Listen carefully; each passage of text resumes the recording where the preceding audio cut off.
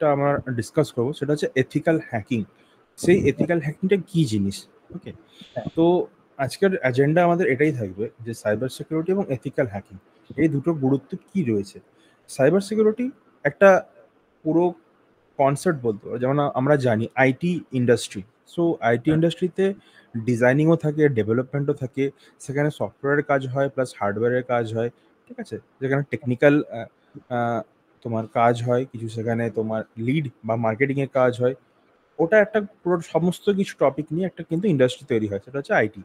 তো আইটির মধ্যে cyber security একটা পার্ট। তাছাড়া আইটির ভিতরে রয়েছে হার্ডওয়্যার, সফটওয়্যার, এরকম ডিফারেন্ট ডিফারেন্ট ক্যাটাগরি রয়েছে। তো সাইবার সিকিউরিটি তার মধ্যে একটা ক্যাটাগরি, এবং সেই সাইবার সিকিউরিটি ক্যাটাগরিটির ভিতরে আরও সাব ক্যাটাগরি রয়েছে, ঠিক আছে। হ্যাঁ, যেমন হ্যাঁ, হয়ে গেল এথিক্যাল হ্যাকিং, ওয়েবসাইট হ্যাকিং, ঠিক আছে, মোবাইল হ্যাকিং, তারপর নেটওয়ার্ক হ্যাক করা, ঠিক আছে, আচ্ছা, আচ্ছা, মোবাইল হ্যাক করে সমস্ত বিভিন্ন, কার হ্যাকিং, ফ্রি আইওটি হ্যাকিং, এই সমস্ত বিভিন্ন জিনিস রয়েছে। তো আমাদের মেইন ফোকাস হবে যে এথিক্যাল হ্যাকিং এবং সাইবার সিকিউরিটি ইম্পর্টেন্স কি, ঠিক হ্যাঁ, আছে, এটা আমরা জানবো। তো এই হ্যাকিং এর টাইপ কেমন হয়, হ্যাকার ক ধরনের হয়, ঠিক আছে, হ্যাকারদের মোটিভেশন কি হয়, ঠিক আছে, এবং হ্যাকিং এর যে আচ্ছা, মেথড বা কি টুল ইউজ করা হয় হ্যাকিং করার জন্য, ঠিক আছে, এই যে হ্যাঁ, হ্যাকিং আমরা করব এটাতে লিগাল এবং এথিক্যাল কনসিডার আমাদেরকে করতে হবে। এই এথিক্যাল হ্যাকিং এর জন্য কি কি লজ এবং রেগুলেশনস রয়েছে সেগুলো জানতে হবে। হ্যাঁ, এথিক্স কোড আমাদেরকে জানতে হবে, যে একটা এথিক্যাল হ্যাকার যে কাজটা একদম এথিক্যালি করছে, সে যে কোড অফ কন্ডাক্ট, মানে যে কাজটা আমরা করবো পারফর্ম, সেটা যেন ধরো কোনো ভালনারেবিলিটি পেয়েছি আমরা, সেই ভালনারেবিলিটিটা আমরা যেন পাবলিকলি রিলিজ না করে দিই প্যাচ হওয়ার আগে। আচ্ছা, সেই সমস্ত যে কোড অফ কন্ডাক্ট বা এথিক্স আমাদেরকে পালন করতে হবে, ঠিক আছে। যে পেনিট্রেশন টেস্টিং কি, তার পেনিট্রেশন টেস্টিং কেমনভাবে হয়, কত রকমের হয়, ঠিক আছে, হ্যাকার কি করে অ্যাটাকগুলো পারফর্ম করে, এই সমস্ত নানা যে জিনিসগুলো আছে এগুলো নিয়ে আজকে আলোচনা করবো। আচ্ছা, তো বিভিন্ন সাইবার থ্রেট এবং কিভাবে সাইবার থ্রেট আমাদেরকে অ্যাটাক করছে রেগুলার, কিছু কেস স্টাডি থাকবে বা কিছু ডেমো হবে, এবং কিছু ক্যারিয়ার প্যাথ, এই যে এথিক্যাল হ্যাকিং আমরা শিখবো এটা আমাদের কোন হ্যাঁ, কাজে আসবে, ঠিক আছে, আমাদের যে হ্যাঁ, হ্যাঁ, ক্যারিয়ার হ্যাঁ, এক্সপ্লোরেশনটা সেটাও আমরা জানবো, কি কি ক্যারিয়ার আমরা এক্সপ্লোর করতে পারি, ঠিক আছে। তো এইটা আমার আচ্ছা। টপিক থাকবে আজকে। তো স্টার্টিং করা যাক হ্যাকিং কি নিয়ে। তো তোমার কোনো বেসিক আইডিয়া রয়েছে হ্যাকিং কি জিনিস?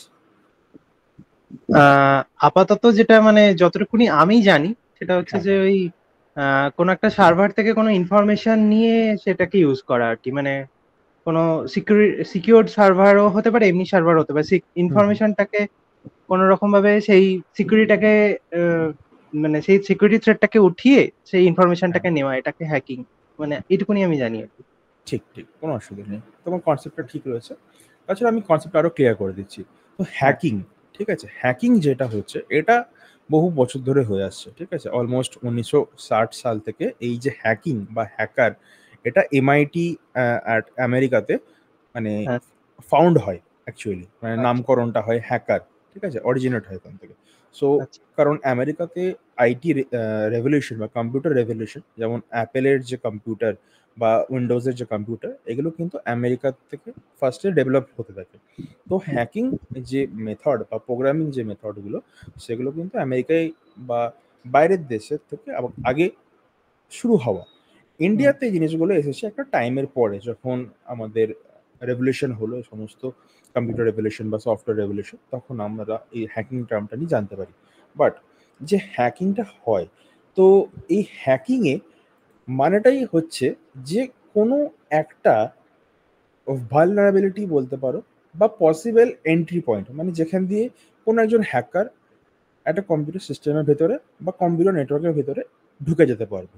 এবং ঢুকে গিয়ে সে কি করবে, সে ধরো তোমার মেশিন রয়েছে, তোমার কম্পিউটারে রয়েছে, আমি একজন হ্যাকার, আমি তোমার মেশিনে ঢুকে গেলাম, এবং তোমার কোন ফোল্ডারে কি ফাইল আছে, কোথায় তুমি কাকে মেসেজ পাঠিয়েছো, ইমেলে কি করেছো, ব্রাউজারে কি কি তুমি দেখেছো, ঠিক আছে, এই যে ইনফরমেশনগুলো রয়েছে একটা সেন্সিটিভ ইনফরমেশন, এটা আনঅথরাইজডলি আমি অ্যাক্সেস করছি, ঠিক আছে, তোমার পারমিশন নেই, তুমি জানো না, তোমার অজান্তে আমি জিনিসগুলো করছি, তোমার ডাটা আমি ডাম্প করছি, ডাম্প করা মানে ডাউনলোড করে নিচ্ছি, ধরো তোমার কোনো লিগাল ফাইল আছে বা কোনো ডকুমেন্ট রয়েছে, ঠিক আছে, যেটা মানে পাবলিকলি হওয়া উচিত না, সেটা আমি ডাউনলোড করে নিচ্ছি। তোমার ওয়েব ক্যাম রয়েছে, সেই ওয়েব ক্যামটা আমি অন করে তোমার আমি ভিডিও ফুটেজ দেখছি, তাছাড়া মাইক অন করে আমি তোমার কথাবার্তা শুনছি।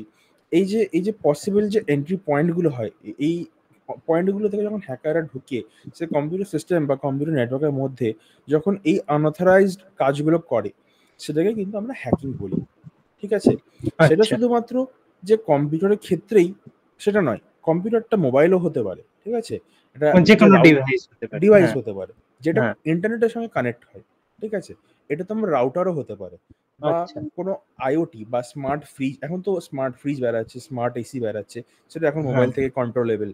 ঠিক আছে? মোবাইল থেকে আমি আপ ডাউন করতে পারবো, অন করতে পারবো, অফ করতে পারবো। তো সেই হুম, সমস্ত যে ইন্টারনেট কানেক্টেড ডিভাইস যেগুলো তৈরি হচ্ছে, সেগুলো কিন্তু হ্যাক করা যায়। ঠিক আছে? এবং সেনসিটিভ ইনফরমেশন ডাউনলোড করে নেওয়া যায়। ঠিক আছে? তো এটাকে আমরা হ্যাকিং বলি। এবার যে হ্যাকিং হয়, হ্যাকিং লিগাল না ইল্লিগাল? তোমার মতে কি মনে হয় যে হ্যাকিং লিগাল না ইল্লিগাল? কারোর পারমিশন ছাড়া তার ইনফরমেশন নেওয়া তো ইল্লিগাল হওয়া হ্যাঁ, উচিত, মানে একদম। কিন্তু এখানে এথিক্যাল বলা হচ্ছে, মানে এটাই। হ্যাঁ, হ্যাঁ। না, হ্যাকিং করাটা যে লিগাল, ইল্লিগাল এই দুটো যদি আমরা সরিয়ে দিই, হ্যাকিং কিন্তু হ্যাকিং। ঠিক আছে? হ্যাঁ, এটাতে কোনো রকম মানে এথিক্যাল থাক বা ইল্লিগাল থাক সেটাতে কোনো ব্যাপার হয় না। কারণ একজন এথিক্যাল হ্যাকার যা হ্যাক করবে আর একজন আনএথিক্যাল হ্যাকার যা হ্যাক করবে, সে তো একই মেথড ইউজ করবে। ঠিক হুম, আছে? তো মেথডটা তাই। ইউজুয়ালি হ্যাকিংটা কিন্তু লিগাল। কিন্তু যে মোটিভেশনটা আমার রয়েছে হ্যাকিং করার পেছনে, সেটা যদি ইল্লিগাল হয়, তখন কিন্তু আমরা হ্যাকিংকে ইল্লিগাল বলবো। ঠিক আছে? আচ্ছা, আচ্ছা, হ্যাঁ, তো হ্যাকিংয়ে আমাদের কি কাজ? হ্যাকিংয়ে আমাদের কাজ হচ্ছে উইকনেস ফাইন্ড করা। কোনো vulnerability থাকলে সেটা কম্পিউটারে হতে পারে বা কোনো স্মার্ট ডিভাইস হতে পারে বা কোনো নেটওয়ার্ক সিস্টেমের মধ্যে হতে পারে। ঠিক আছে? তো হুম, এই কাজটা কিন্তু ইল্লিগাল হ্যাকারও করতে পারে, লিগাল হ্যাকারও করতে পারে। ঠিক আছে? এবার ব্যাপারটা হুম, হচ্ছে এখানে পারমিশনের। কারণ মেথড কিন্তু একই। তুমিও সেম জিনিস জানো, কিন্তু তুমি ইল্লিগাল কাজে ইউজ করছো। মেথড আমিও জানি, সেটা আমি লিগাল কাজে করছি। ঠিক আছে? এবার কি হচ্ছে, এবার যদি আমি ইল্লিগালি তোমার মেশিন হ্যাক করি এবং সমস্ত কিছু ডাম্প করে দিই। মনে করো তুমি একটা গভর্নমেন্ট সংস্থা, তোমার কাছে কিছু ক্রিটিক্যাল সেনসিটিভ ইনফরমেশন রয়েছে, সেটা আমি আ ডাউনলোড করে নিয়ে আমি পাবলিকলি রিলিজ করে দিলাম। বা পাবলিকলি আমি কোথাও সেল করছি মার্কেটে, ব্ল্যাক মার্কেটে হ্যাঁ, উঁচু দরে সেল করছি। তো সেটা কিন্তু আমার ইল্লিগাল হয়ে যাচ্ছে। ঠিক আছে? এখানে আচ্ছা, হ্যাকিংটা কিন্তু লিগাল বা ইল্লিগাল হচ্ছে না। হ্যাকিং এর পিছনে যেটা রয়েছে মোটিভেশন, সেটার উপরে ডিপেন্ড করে এটা কি লিগাল হবে না ইল্লিগাল হবে। ঠিক আছে? এবার আচ্ছা, একটা এথিক্যাল হ্যাকিং কখন আমরা সেটাকে বলবো? যখন তুমি একটা কিছু হ্যাক করলে, ঠিক আছে? হ্যাক করার পরে তুমি জানতে পারলে যে আমি এই জিনিসগুলো আমি করতে পারবো। কম্পিউটার অ্যাক্সেস করতে পারবো। সেই নেটওয়ার্ক থেকে আমি আরো অন্যান্য ডিভাইসকে অ্যাক্সেস করতে পারবো। করে আমি সমস্ত ডাটার ইনফরমেশন ডাউনলোড করতে পারবো। ঠিক আছে? এবার যে সংস্থার তুমি হ্যাক করলে বা যার তুমি হ্যাক করেছো, তাকে যদি সেই জিনিসটা সম্বন্ধে অ্যাওয়্যার করো, ঠিক আছে? তার কাছ থেকে তুমি পারমিশন নাওনি। কিন্তু তুমি হ্যাঁ, হ্যাকিংটা পারফর্ম করেছো। তো এইখানেও কিন্তু তুমি ইল্লিগাল হবে না। ঠিক আছে? কারণ তুমি সেই ইউজারকে বা সেই অথরাইজড কোম্পানিকে তুমি সেটার ব্যাপারে সচেতন করছো। এবার সেই কোম্পানিটি কি করতে পারে? কেস ফাইল করতে পারে। ঠিক আছে? এটা ডিপেন্ড করে কোম্পানি বা সেই ইউজারের উপর। ঠিক আছে? বাট এটাতে আ কি বলবো? এটাতে একটা সেফ হারবার থাকে। ঠিক আছে? এবার কিছু কোম্পানি রয়েছে যারা এই জিনিসটাকে প্রায়োরিটি দেয়। ধরো কোনো কিছু unusual আমরা পেলাম, সেটা আমরা যদি রিপোর্ট করে দিই, তাহলে সেক্ষেত্রে তারা সেটাকে কনসিডার করে এবং তার বদলে কিছু রিওয়ার্ড দেয়। ঠিক আছে? সেটা যা ইচ্ছা হতে পারে। এবার কিছু জিনিস আছে বা কিছু কোম্পানি রয়েছে, তারা কিন্তু অ্যাজ আ ব্যাড অ্যাক্টর কাজ করে থাকে। তারা কিন্তু লিগ্যাল কেসও করতে পারে। তো তার জন্য আমাদেরকে প্রিভেন্টিভ মেজার ইমপ্লিমেন্ট করতে হবে। সেখানে আমাদেরকে অথরাইজড হতে হবে বা আগে পারমিশন নিয়ে নিতে হবে তার কাছ থেকে যে আমি এটা করতে পারি কিনা। এবং এরকম অনেক ওয়েবসাইট রয়েছে যারা এগুলোকে প্রায়োরিটি দেয়। ধরো আ কিছু অনেক ওয়েবসাইট রয়েছে যেমন বড়, বড় কোম্পানি Amazon, Facebook, Google এরা নিজেদের ওয়েবসাইটে লিখেই রেখেছে যদি কোনো রকম vulnerability খুঁজে পাওয়া যায় ওয়েবসাইটে, তুমি তাদের ইমেইলে সেটা রিপোর্ট করতে পারো। ঠিক আছে? সেইটাকে বাগ বাউন্টি বলা হয়ে থাকে। ঠিক আছে? সেটা একটা পুরোটা ডিফারেন্ট কনসেপ্ট। আচ্ছা? তো এখানে লিগ্যাল ইল্লিগাল এর ব্যাপারটা আমরা বলছিলাম। তো এরকমভাবে কিন্তু লিগ্যাল ইলিগ্যালিটি অ্যাজ এ মোটিভেশন আমরা যাচাই করতে পারি যে, যে কাজটা করা যায় লিগালি করা আছে বা ইল্লিগালি করা হয়েছে কিনা। ঠিক আছে? তো যে কম্পিউটার এক্সপার্ট হয় বা যে হ্যাকিংটা পারফর্ম করে তাকে কিন্তু আমরা হ্যাকার বলি, ঠিক আছে। হ্যাকার যে নলেজটা থাকে, মানে ওকে জানতে হবে যে একটা সিস্টেম কি করে অপারেট করছে। উইন্ডোজ মেশিন হতে পারে, একটা লাইনাক্স মেশিন হতে পারে, একটা মোবাইলের অপারেটিং সিস্টেম কেমনভাবে চলে, তার ফাংশনালিটি কি, সেগুলো তাকে জানতে হবে, ঠিক আছে। বেসিক্যালি মানে একটা টেক স্যাভি যেটা আমরা বলে থাকি একটা টার্মে, মানে টেকনোলজি নিয়ে তাকে একটু বেশ ঘাটাঘাটি করতে হবে, না হলে সে হ্যাকিং ব্যাপারটা নিয়ে অত মানে কনসিডার করতে পারবে না। কারণ হ্যাকিং যে জিনিসটা হয়, হ্যাকিং এ আমাদের যে ইনপুট আসে সাইবার সিকিউরিটি কমিউনিটিতে, হয়তো কোনো একটা নতুন ভালনারেবিলিটি বেরালো, ঠিক আছে, এটা রেগুলার বেসিসে হচ্ছে। আজকে এটা হ্যাক হয়েছে, কালকে ওইটা হয়েছে, কাল এটা হবে, ঠিক আছে, বা তার আগের দিন এটা হয়ে গেছে। তো বিভিন্ন রকমের ইনপুট আসে, তো সেই ইনপুটগুলো নিয়ে আমাদেরকে কিন্তু আপ টু ডেট থাকতে হবে যে কোথায় হ্যাক হচ্ছে, কিভাবে হচ্ছে এবং কেন হচ্ছে। এই জিনিসটা কিন্তু একটা সাইবার সিকিউরিটি এক্সপার্টের কিন্তু রেগুলার এটা আপডেট করা উচিত। যদি সে না করে, সে কিন্তু এই সাইবার সিকিউরিটি অ্যাটাক থেকে পিছিয়ে যাবে। কারণ অন্যান্য হ্যাকাররা কিন্তু সেই জিনিসটা জানে, কিন্তু আমি হয়তো সেটা জানলাম না, সেখানে হয়তো আমি পিছিয়ে গেলাম। তো এই জন্য একটা হ্যাকার সবসময় নিজেকে আপ টু ডেট রাখে। তো মানে টেকনোলজিটাও আপগ্রেড হচ্ছে, মানে রেগুলারলি আপগ্রেড হচ্ছে তার মানে। রেগুলারলি আপডেট হতে হবে, ঠিক আছে। আচ্ছা এখানে টেকনোলজিতে নয়, এখানে অ্যাজ এ ভালনারেবিলিটিতে আমাদেরকে আপডেট হবে, যে নতুন কি আচ্ছা ভালনারেবিলিটি বেরাচ্ছে সেটা আমাদেরকে আচ্ছা জানতে হবে। টেকনোলজি তো বুঝছি। অনেক কিছু বেরাতেই পারে, ঠিক আছে। হ্যাঁ আজকে হয়তো কোনো একটা রোবট বেরাচ্ছে, কালকে এআই বেরাচ্ছে, কালকে সেই এআই দিয়ে কোনো একটা রোবট তৈরি হয়ে যাচ্ছে, ঠিক আছে। তো টেকনোলজি অনেক কিছু বেরাবে, কিন্তু হ্যাকিং যে কনসেপ্টটা সেটা চেঞ্জ হবে না, সেটা কিন্তু আচ্ছা সেম থেকে যাবে। সেখানে কোন ডিভাইসে অ্যাটাকটা হচ্ছে, স্পেসিফাইড কোনো ডিভাইসে, বা যেমন কোনো ভার্সন থাকে, যেমন হয়তো আমরা জানি যে বিভিন্ন ধরনের সফটওয়্যার হয়, তো সেই সফটওয়্যার ভার্সন নাম্বার থাকে, যেমন উইন্ডোজের 7 হয়, 8 হয়, 10 হয়, 12 হয়, এরকম অ্যাডোব ফটোশপের ভার্সন নাম্বার হয়, ঠিক আছে। হুম, তো আপডেটটা কেন হয়? এই যে ছোট ছোট যে বাগস থাকে বা যে ছোট ছোট হ্যাঁ লুপহোল ওগুলোকে থাকে, বা ফিক্স করে। ওগুলোকে হ্যাঁ, ফিক্স করা হয়। তো হুম, আপডেট করার পিছনে কারণটাই ওটা হলো, যদি আমার ডিভাইসটা বা যে সফটওয়্যারটা আমার যদি আপডেট না হয়, তাহলে সেই পুরোনো ভার্সনটাকে একটা হ্যাকার কিন্তু টার্গেট করে এক্সপ্লয়েট করে তার মেশিনকে কিন্তু অ্যাক্সেস করতে পারে, ঠিক আছে। তার জন্য আচ্ছা, কিন্তু এত আপডেট দেওয়া হয়, ঠিক আছে। তো এই যে ছোট ছোট সফটওয়্যার আপডেট, কিসে আপডেট এসছে, কেন এসছে, এটার পিছনে কোনো এক্সপার্ট রয়েছে কিনা বা হ্যাকার কোনো দায়ী রয়েছে, এগুলো জানতে হয়, ঠিক আছে। তো এরপর আমরা জানবো যে কত ধরনের হ্যাকার হয়, টাইপস অফ হ্যাকার। সো হ্যাকারের ক্লাসিফিকেশন অনেক বড়, ঠিক আছে, কিন্তু মেনলি তিনটে: হোয়াইট, ব্ল্যাক অ্যান্ড গ্রে। তো হোয়াইট হ্যাট হ্যাকার যেটা হয় বেসিক্যালি, তারা হচ্ছে এথিক্যাল হ্যাকার, যেটা আমরা এতক্ষণ ধরে জানলাম যে এটা লিগাল হ্যাকার, এদের কাছে পারমিশন থাকে, এরা হ্যাক করতে পারে। এরা কম্পিউটার উইকনেস ফাইন্ড করে, বিভিন্ন নেটওয়ার্ক সিস্টেমে এরা পেন টেস্টিং করে এবং ভালনারেবিলিটি অ্যাসেসমেন্ট করে। এখানে একটা নতুন কিওয়ার্ড পাওয়া গেল, penetration testing and vulnerability assessment. Okay. Hmm, তো এই যে এথিক্যাল হ্যাকিং বা এথিক্যাল হ্যাকার যে আমরা বলছি, এটা আমরা পার্টিকুলার একটা ক্যাটাগরিকে বলছি। ধরো তুমি সেই কাজটা করছো এথিক্যালি, তাই তোমাকে আমি এথিক্যাল হ্যাকার বলছি। বাট যে কাজটা তুমি করছো হ্যাকিং, সেটাকে আমরা হ্যাকিং বলবো না, সেটাকে আমরা বলবো penetration testing and vulnerability assessment, বা এটাকে ছোট করে বলা হয় ভিএপিটি, ঠিক আছে, vulnerability assessment and penetration testing. আচ্ছা তো এটাতে আমরা যে ভালনারেবিলিটি গুলো যে আছে সেগুলোকে আমরা অ্যাসেস করছি, মানে সেই স্ক্যান করে হতে পারে, বা বিভিন্ন মেথড দিয়ে আমরা সেগুলো দেখছি যে এই ডিভাইসে বা এই নেটওয়ার্কে কোনো সেই ভালনারেবিলিটি আছে কিনা, এবং যদি থাকে তো সেই ভালনারেবিলিটির যে এক্সপ্লয়েট বা যে মেথড যেগুলো দিয়ে আমরা সেই কম্পিউটারটাকে বা নেটওয়ার্কটাকে অ্যাক্সেস করতে পারবো, সেটাকে বলা হয় পেনিট্রেশন টেস্টিং, ঠিক আছে। তো ভালনারেবিলিটি অ্যাসেস করা এবং পেনিট্রেশন টেস্টিং করা মানে আমি জিনিসটা চেক করছি যে ভার্সনটা আপ টু ডেট রয়েছে কিনা, এবং যদি আপ টু ডেট না থাকে সেটার সম্বন্ধে আমি জিনিসপত্র খোঁজে তাকে আমি এক্সপ্লয়েট করছি, তাকে পেনিট্রেশন টেস্টিং বলছি। তাহলে টার্মটা এরকম হচ্ছে vulnerability assessment and penetration testing. তো এর থেকে একটা পার্ট হয় বেসিক্যালি, এটা ভিএপিটি, ঠিক আছে। এই যে ভিএপিটি হয়, ধরো তুমি এথিক্যাল হ্যাকিং শিখলে অ্যাজ এ ক্যারিয়ার তুমি ভিএপিটিতে জয়েন করতে পারো, সেখানে তুমি বিভিন্ন রকমের হ্যাকিং করতে পারো, system hacking, network hacking, web hacking, ঠিক আছে, এরকম বিভিন্ন ক্যাটাগরি থাকে হ্যাকিং। তো তো সেইগুলো তুমি এখানে পারফর্ম করতে পারো, সেটা ভিএপিটির আন্ডারে পড়ে, ঠিক আছে। তো এথিক্যাল হ্যাকিং ইলিগাল নয়, ঠিক আছে। এটার মার্কেটে ডিমান্ডিং জব রয়েছে আইটি ইন্ডাস্ট্রিতে, বিভিন্ন রকমের এথিক্যাল হ্যাকার্স মার্কেটে প্রচুর রয়েছে, ঠিক আছে, যারা এরকম পেনিট্রেশন টেস্টিং করছে, ভালনারেবিলিটি অ্যাসেসমেন্ট করছে, ঠিক আছে। এটা white hat hacker.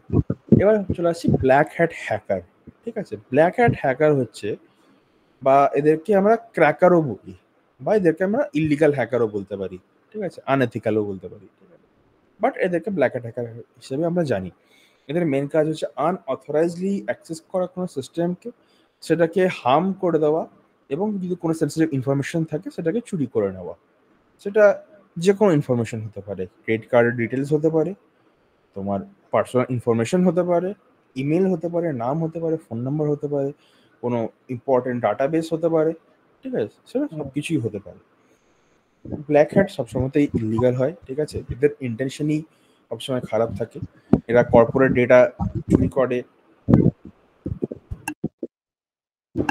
Privacy violet করে, সিস্টেমকে ড্যামেজ করে, নেটওয়ার্ক কমিউনিকেশন ব্লক করে দেয়। তো এরা ব্ল্যাক হ্যাট হ্যাকার। আচ্ছা, এবার আসছি গ্রে হ্যাট হ্যাকারে। তো গ্রে হ্যাট হ্যাকার হচ্ছে হোয়াইট আর ব্ল্যাকের কম্বিনেশন, ঠিক আছে। এদের ইন্টেনশনটা আবার একটু ডিফারেন্ট, ঠিক আছে। হোয়াইটের যেমন লিগাল ইন্টেনশন, ব্ল্যাকের যেমন ইলিগাল ইন্টেনশন, গ্রের ইন্টেনশনটা হচ্ছে মজা করা, ঠিক আছে। এই মজা করতে ভালোবাসে। এখানে প্রথমে একটা কথা বলেছিলাম, বাগ বাউন্টি। তো এই গ্রে হ্যাট হ্যাকারদেরকে বলা হয় বাগ বাউন্টি হান্টার, ঠিক আছে। এদের ইন্টারনেট হচ্ছে মজা করা, এবং এরা বিভিন্ন জায়গায় সিকিউরিটি উইকনেস খুঁজে বেড়ায়, বিভিন্ন ওয়েবসাইটে গিয়ে, বা কোনো কম্পিউটার সিস্টেমে গিয়ে, বা কম্পিউটার নেটওয়ার্কে গিয়ে। তো সেটা তারা করে। এবার ওনারে পারমিশন থাক বা না থাক, ঠিক আছে, সেটা কোনো ব্যাপার ম্যাটার করে না এখানে, ঠিক আছে।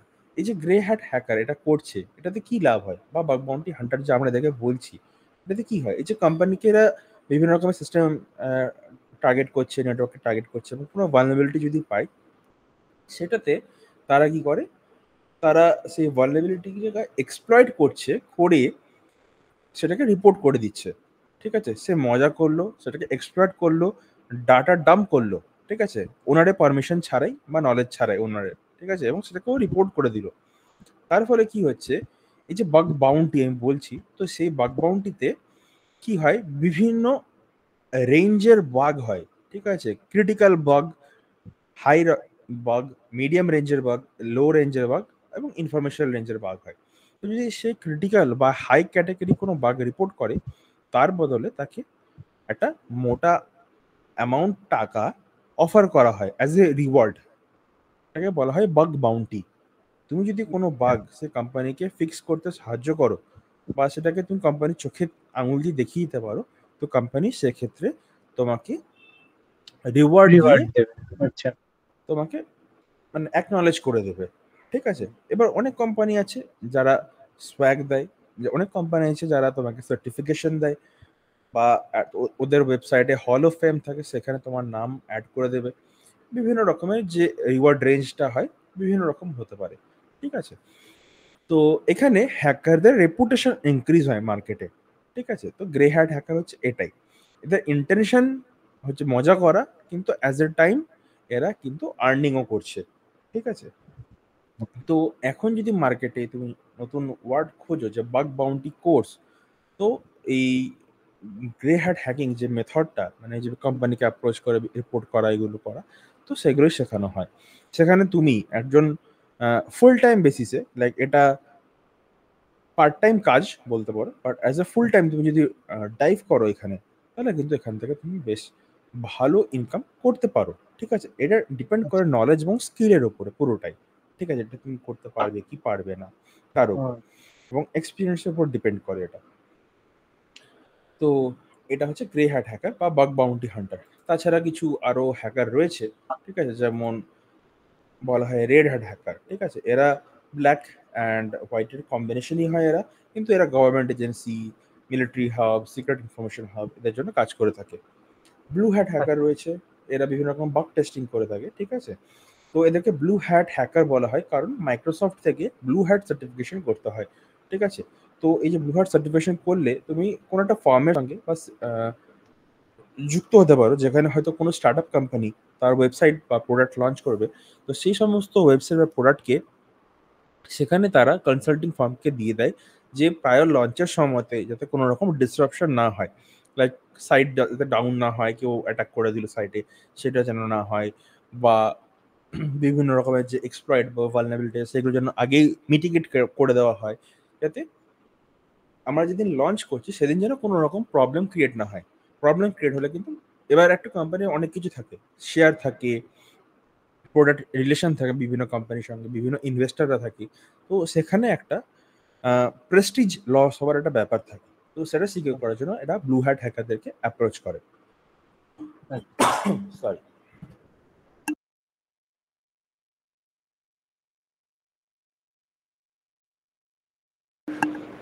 এরপর আসছি স্ক্রিপ্ট কিডি। তো স্ক্রিপ্ট কিডি হচ্ছে, এরা হচ্ছে নন এক্সপার্ট, মানে এরা হ্যাকিং জানে কিন্তু এরা প্রি প্যাকেজড অটোমেশন টুল ইউজ করে, ঠিক আছে, অটোমেটেড টুল ইউজ করে। মানে অন্য ধরো কেউ বানিয়েছে টুলগুলো, ঠিক আছে, এদেরা সেই টুল ইউজ করে তারা নিজেদেরকে দেখায়, দেখো আমরাও হ্যাক করতে পারি, ঠিক আছে। তো এরকম হ্যাকারদেরকে বলা হয় স্ক্রিপ্ট কিডি, ঠিক আছে। দেখো টুল কিন্তু আমাদেরকে ইউজ করতেই হবে হ্যাকিং এ, ঠিক আছে। তাতে কিন্তু আমরা হ্যাঁ স্ক্রিপ্ট কিডি কিন্তু আমরা তাতে হচ্ছি না। টুল যে কোনো হ্যাকিং এ ইউজ করতে হবে। হ্যাঁ, যে কোনো হ্যাকিং এ টুলস ইউজ করতে হবে, টুলস ছাড়া কিন্তু কাজ করা খুবই ইম্পসিবল। হ্যাঁ, কিন্তু যে স্ক্রিপ্ট কিডি কাকে বলবো, এবার ধরো আমি একটা ভিডিও বানালাম ইউটিউবে, ঠিক আছে, সেখানে আমি একটা টুল ইউজ করে একটা ভালনারেবল ওয়েবসাইট রয়েছে সেটাকে আমি হ্যাক করে দেখালাম এডুকেশনাল পারপোজের জন্য, ঠিক আছে। এবার সে একজন ধরো সে যে ভিউয়ার্স ইউটিউব থেকে, সে সেম ভিডিও দেখে ও শিখলো যে আচ্ছা এই টুলটা ইউজ করে এই ওয়েবসাইটটা দিলে তাহলে হ্যাক হয়ে যাচ্ছে, তাহলে আমি লোককে দেখাতে হবে দেখো আমিও হ্যাকার। তো সেরকম যদি কিছু করে থাকে তাকে তখন আমরা স্ক্রিপ্ট কিডি বলছি, ঠিক আছে। সে জানে তার কনসেপ্ট রয়েছে কিন্তু সে অন্যজনকে ফলো করছে, ঠিক আছে, সেই টুলটার ইউজেসটা অন্যজনের থেকে ফলো করে সে নিজে করছে, এতে কিন্তু তাকে আমরা স্ক্রিপ্ট কিডি বলবো, ঠিক আছে। এরপরে আসছে নিউ ফাইট বা নুব, বা এদেরকে গ্রিন হ্যাট হ্যাকার বলা হয়, ঠিক আছে। তো এরা হ্যাকিং এ নিউ হয়, ঠিক আছে, এরা নতুন শিখে, এদের কোনো এক্সপিরিয়েন্স বা নলেজ থাকে না, ঠিক আছে। তো এদেরা কি আমরা গ্রিন হ্যাট হ্যাকার বা নুব বলে থাকি, ঠিক আছে। তারপরে আসছে হ্যাকটিভিস্ট। তো তুমি অ্যানোনিমাসের ব্যাপারে শুনেছো কোনোদিনও? না না। তো অ্যানোনিমাস হচ্ছে একটা হ্যাকিং গ্রুপ, আচ্ছা, ঠিক আছে। হ্যাকিং গ্রুপ বলা ঠিক হবে না, যেমন আমাদের যেমন বিভিন্ন রকমের পলিটিক্যাল পার্টি রয়েছে, ঠিক আছে, আমি নাম নিচ্ছি না। তো সেরকমই হ্যাকারদের গ্রুপ রয়েছে, ঠিক আছে, মানে পার্টি টাইপের রয়েছে। হ্যাঁ হ্যাঁ হ্যাঁ। তো ইন্ডিয়ার কিছু রয়েছে, বাইরের দেশে কিছু রয়েছে, বিভিন্ন দেশের নিজস্ব কিছু রয়েছে, ঠিক আছে। তো তার মধ্যে অ্যানোনিমাস হচ্ছে একটা ওয়ার্ল্ড ওয়াইড গ্রুপ, যেখানে এরা হ্যাকটিভিস্ট, মানে যেমন আমাদের অ্যাক্টিভিস্ট হয় যারা রাস্তায় নেমে প্রোটেস্ট করে, সেটা ক্লাইমেট নিয়ে হতে পারে বা কোনো না পলিটিক্যাল না, ইস্যু নিয়ে হতে হ্যাঁ পারে।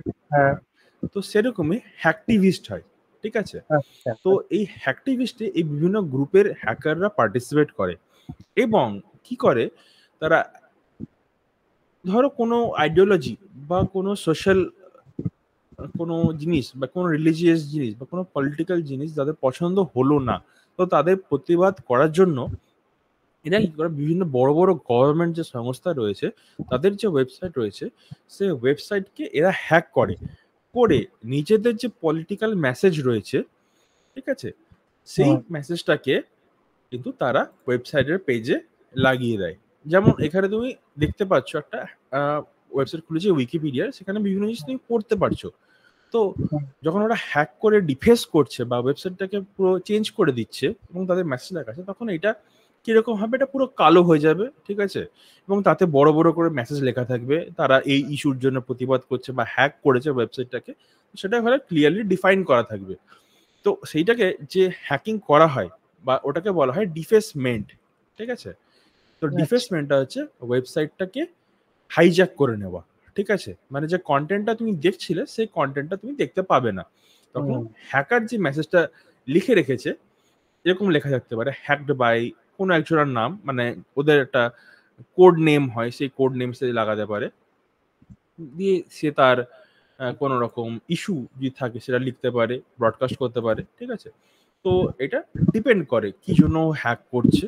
ঠিক আছে, তো এটা হচ্ছে হ্যাকটিভিস্ট। তো এই হ্যাকটিভিস্টদের কাজ হচ্ছে কোনো রকম যদি আইডিওলজিক্যাল বা পলিটিক্যাল বা রিলিজিয়াস বা সোশ্যাল কোনো ইস্যু নিয়ে তারা যদি প্রোটেস্ট করতে চায়, তারা এইভাবে ওয়েবসাইট ডিফেসমেন্ট করে তারা প্রোটেস্টটা জানায়। ঠিক আছে, বা ডিনাইল অফ সার্ভিস অ্যাটাক বা ডস অ্যাটাক করে সেই ওয়েবসাইটটাকে বন্ধ করে দেয় কিছুক্ষণের জন্য। ঠিক আছে, যাতে নর্মাল ইউজাররা সেখানে পৌঁছাতে না পারে। তো এরপর আমরা এখন অবধি তোমার যদি কোনো ডাউট থাকে তুমি আমাকে জিজ্ঞেস করতে পারো।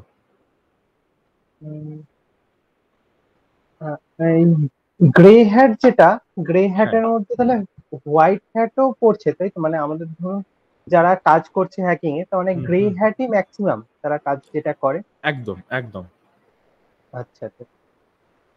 এবার মানে রেড হ্যাট বা ব্লু হ্যাট, মানে হোয়াইট হ্যাট সবটাই বোধহয় গ্রে হ্যাটের মধ্যে কি পড়ে, আমি ওটাই জিজ্ঞেস করছি।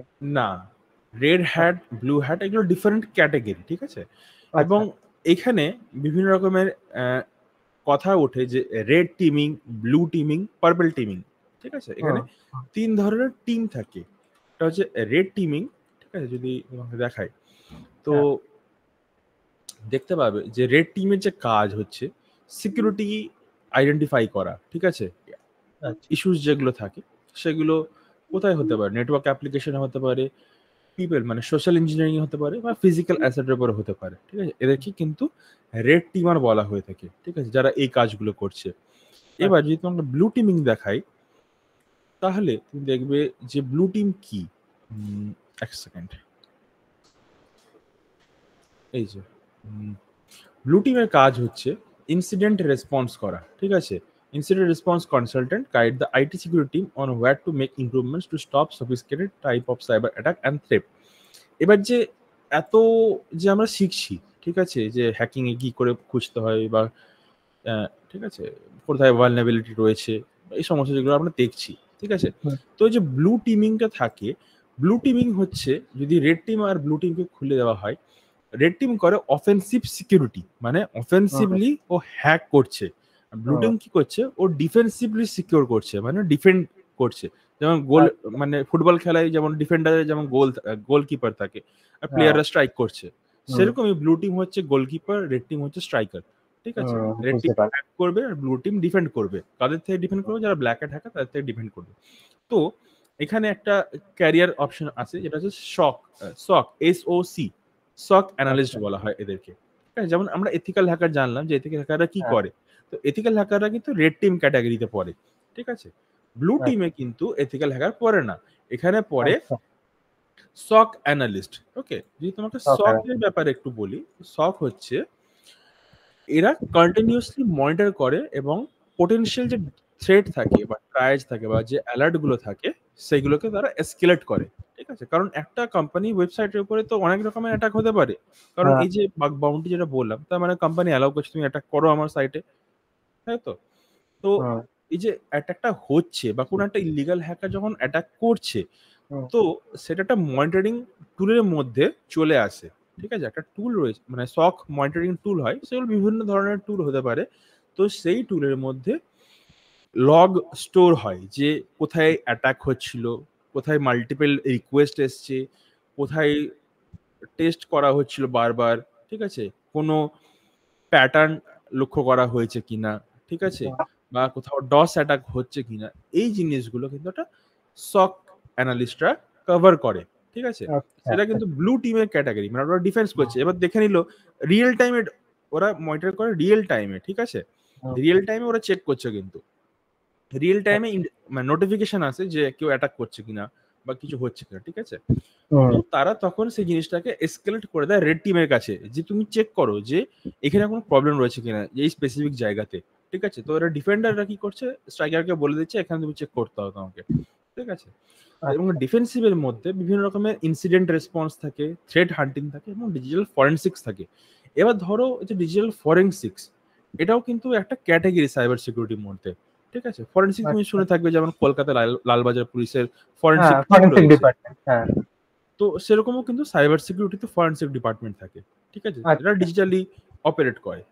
এবং ধরো কোথাও হ্যাক হয়ে গেছে, ঠিক আছে, এবার হ্যাক হয়ে যাওয়ার পরে পোস্ট যে কাজগুলো আমরা করব, সেখানে আমরা পোস্টমর্টম তো করতে পারবো না, কিন্তু সেখানে আমরা দেখতে পাবো যে কোথায় হ্যাক হয়েছে, যে হ্যাকিংটা হয়েছে সে কোনখান থেকে ব্রিচ করা হয়েছে, কোথায় ভালনারেবিলিটিটা ছিল।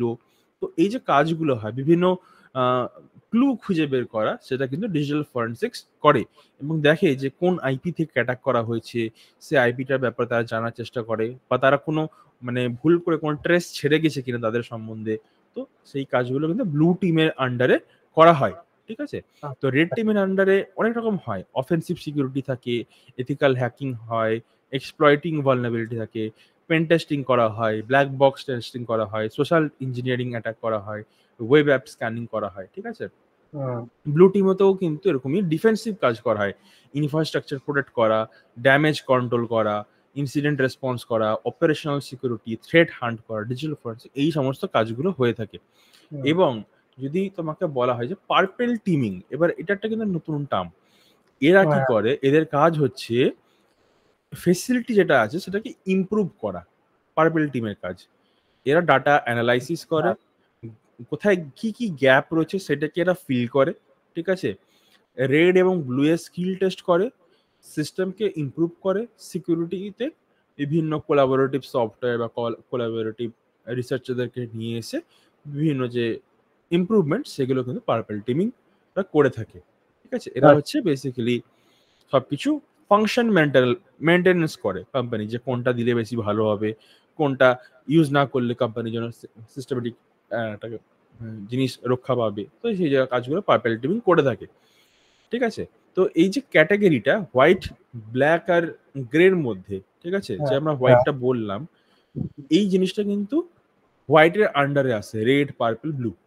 ঠিক আছে, এই red team, purple team, blue team যে কেউ তোমার গ্রে হ্যাট হ্যাকিং বা বাগ বাউন্টি হান্টিং করতে পারে।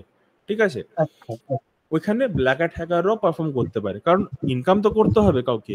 যে ব্ল্যাক হ্যাট হ্যাকার সে হ্যাক করলো একটা ওয়েবসাইট, ধরো তোমার ওয়েবসাইট রয়েছে, এবং হ্যাক করে সে বললো যে তুমি যদি ওকে 1 লাখ টাকা র্যানসাম মানি না দাও সে তোমার ওয়েবসাইট ছাড়বে না।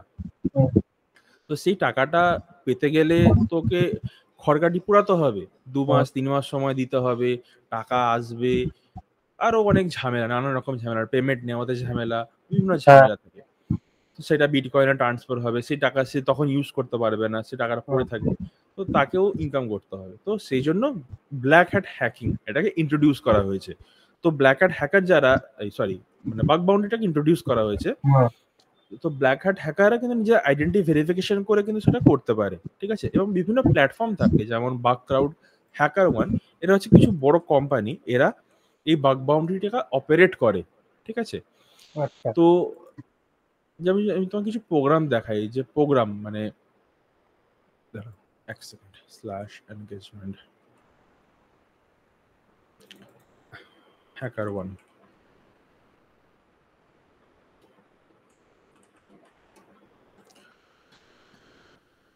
তো হ্যাকার ওয়ান বা বাকআউট যে কোনো একটা তুমি আমি দেখাচ্ছি আপাতত। ঠিক আছে,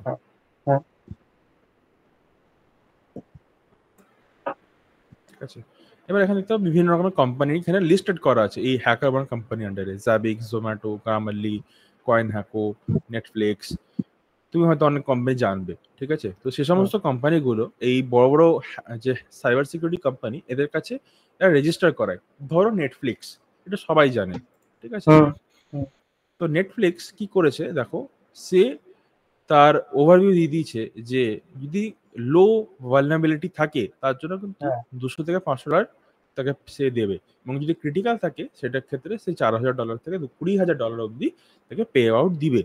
এবং সে স্কোপে মেনশন করে দিয়েছে যে তার যে অ্যাসেট আছে, ঠিক আছে, তো সেই অ্যাসেটগুলো কোন কোন অ্যাসেটে তুমি টেস্টিং করতে পারবে সেখানে মেনশন করে দেয়। ঠিক আছে, যে এই অ্যাসেট গুলো বা এই যে টার্গেট গুলো দেওয়া আছে, mobile application, web application, system application, তো সেগুলো মেনশন করে দেওয়া হয়েছে। তুমি এখানে করতে পারবে। আবার এখানে একটা অপশন দেখতে পাবে যে সেফ হারবার, মানে তুমি যদি এই কোম্পানির ভালোর উদ্দেশ্যে কিছু করতে গিয়ে, ঠিক আছে, যে good faith security research mention করা রয়েছে, যদি কোনো ভুলবশত কিছু ডাটা ডিলিট করে দিয়ে থাকো বা মিস্টেকেনলি হয়ে থাকে, সেক্ষেত্রে তারা তার জন্য তোমাকে কোনো রকম লিগাল কেসে ফাঁসাবে না। সেটা এখানে ওরা পলিসিতে মেনশন করে দিয়েছে, ঠিক আছে। এবার এই সেফ হারবারটা দু রকমের হয়, ঠিক আছে। এখানে বিভিন্ন রকমের টায়ার রয়েছে, গোল্ড, প্ল্যাটিনাম, এরকম ভাবে। তো যে যত ভালো টায়ার দেবে তার মানে তার সেফ রয়েছে, ঠিক আছে। বাকক্রাউড বা অন্যান্য যারা প্রোভাইড করে তারা অনেক কোম্পানি কি করে পার্শিয়াল সেফ হারবার, মানে 50% হয়তো তোমাকে বাঁচাতে পারবে, বাকি 50% হয়তো বাঁচাবে না। আচ্ছা। তো এখানে লেখা থাকে যে will not bring legal action against you or report you for good faith security research including for bypassing technological measure we use to protect the application in scope and will take steps to make known that you conducted good faith security research if someone else bring legal action against you. তো যদি অন্য কেউ সেই কোম্পানির legal action নেয় তোমার বিরুদ্ধে, তাহলে এরা সেখানে পদক্ষেপ নেবে এবং তোমাকে সেখান থেকে বাঁচাবে। এরা এখানে এই পলিসিতে মেনশন করে দিয়েছে। এটা হচ্ছে সেফ হারবার। তো এবার এইসব যে প্ল্যাটফর্ম গুলো রয়েছে, ঠিক আছে, এই প্ল্যাটফর্ম গুলোতে তুমি যদি হ্যাক করতে হয়, তোমাকে নিজের আইডেন্টি ভেরিফিকেশন করে তোমাকে রেজিস্টার করতে হবে। সেখানে তোমার আইডি ভেরিফাইড হতে হবে, গভর্নমেন্ট আইডি, ঠিক আছে, তবেই তুমি এখানে হ্যাক করতে পারবে, ঠিক আছে। কারণ তুমি যদি হ্যাক আইডেন্টি ভেরিফাই না করেও তুমি যদি রিপোর্ট করো, তুমি করতে হবে, বাট পেমেন্ট যখন তুমি নিবে তখন তোমাকে আইডি ভেরিফিকেশন করতেই হবে, ঠিক আছে। আচ্ছা। তো এইখানে কিন্তু এই যে ব্ল্যাক হ্যাট হ্যাকার এবং হোয়াইট হ্যাট হ্যাকার, এই জায়গাটাতে কিন্তু সেম ভাবে মানে হ্যাকিং করছে এবং ফিক্স করছে, ডিপ্লয়মেন্ট গুলো করে চলে যাচ্ছে, ঠিক আছে। কারণ ব্ল্যাক হ্যাট হ্যাকার তো ও তো র্যানসাম নিয়ে চেয়ে বসে আছে, র্যানসাম কবে আসবে। বাট এখানে তো যে গভর্নমেন্ট আইডি দিয়েও কাজ করছে, দেখাচ্ছে দেখো আমি ভালো, ঠিক আছে। হতেই পারে ইন্টেনশন বিভিন্ন রকমের হতে পারে মানুষের, ঠিক আছে। তো সেটা কিন্তু আমরা ডিফাইন করতে পারি না কে কোন ইন্টেনশন করছে, বাট হ্যাঁ, কিন্তু ব্ল্যাক হ্যাট হ্যাকারও করতে পারে, সেটাই আমি বললাম। আচ্ছা। তো টাইপ অফ হ্যাকিং, তো এবার হ্যাকিং এর কিছু টাইপ রয়েছে, যেমন ফিশিং, খুবই কমন জিনিস এটা। ফিশিং এ কি হয়, এখন তুমি হয়তো জানবে যে ফোন করে অ্যাজ এ ব্যাংকের ম্যানেজার বলছি আপনার কার্ডটা এক্সপায়ার হবে, হয়েছে, আপনি ওটিপিটা আমাকে শেয়ার করবেন, তো আমি কার্ডটা আপনার অ্যাক্টিভেট করে দেবো। এই যে ধরনের স্ক্যাম বা এখন নতুন ধরনের কিছু স্ক্যাম হয়েছে, যে মোবাইলে হোয়াটসঅ্যাপ এসএমএস আছে যে পার ডে বেসিসে কাজ হবে, আপনি ফার্স্ট রিভিউ করে দিলে আপনাকে 200 টাকা দেওয়া হবে, ফার্স্ট পেমেন্ট আপনি পেয়েও যাবেন, ঠিক আছে। দ্বিতীয়বার যখন আপনি করতে যাবেন কাজটা, তখন তারা বলবে আপনি কিছু অ্যামাউন্ট ডিপোজিট করুন, তারপরে আপনাকে কাজ দেওয়া হবে। যখনই এই ডিপোজিটের খেলা শুরু হবে, তখন ওটা আবার ফিশিং এর মধ্যে চলে আসছে, ঠিক আছে। কারণ ফার্স্ট টাইম যেটা হচ্ছে সেটা লেজিট হচ্ছে as a work ethics, but তারপর থেকে যখন শুরু হচ্ছে সেটা ফিশিং এর ক্যাটাগরিতে চলে আসছে।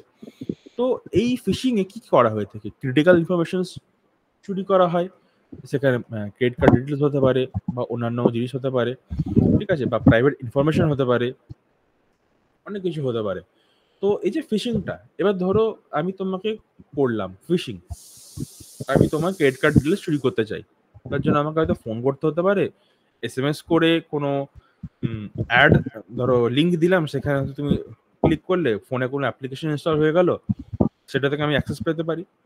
থার্ড যেটা হচ্ছে ইমেল করতে পারি, যে ধরো দেখো ফ্লিপকার্টে অফার চলছে, আমি ফেক ইমেল থেকে মেল করছি যে দেখো আমি এই ফ্লিপকার্টে এত বড় অফার চলছে, এখনই 1 লাখ টাকার অ্যাপেলের ফোন 2,000 টাকায় কিনে ফেলো, তখন তুমি তাড়াহুড়ো করে 2,000 টাকাতে ডিপোজিট করে দিলে, কার্ড নাম্বার দিলে বা হয়তো পেটিএম দিয়ে টাকাটা সে অ্যাকাউন্টে পে করে দিলে।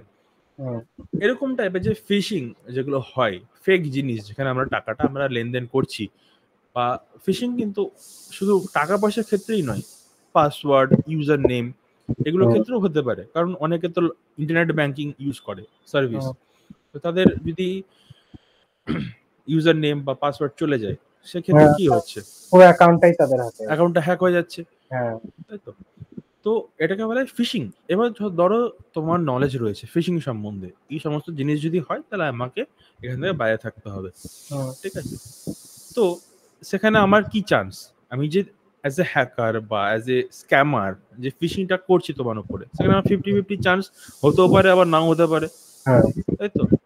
তো তার জন্য কি করা হয় যে স্পিয়ার ফিশিং করা হয়, মানে মাছ ছিপ দিয়ে ধরলে একটাই উঠবে, কিন্তু জালে ফেলে ধরলে অনেক উঠবে, তাই তো? তো সেরকম আমরা জাল ইউজ করি।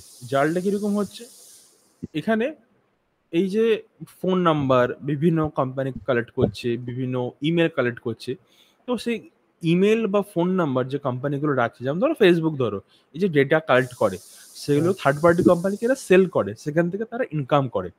সেই যখন ডাটা সেল হচ্ছে, তখন সেই ডাটা ডেটাবেস যেখানে স্টোর থাকে, সেটা হয়তো কোনো রকম ভালনারেবিলিটিতে কনফিগার্ড রয়েছে, সেখান থেকে ডাটা সমস্ত ডাম্প হয়ে যাচ্ছে।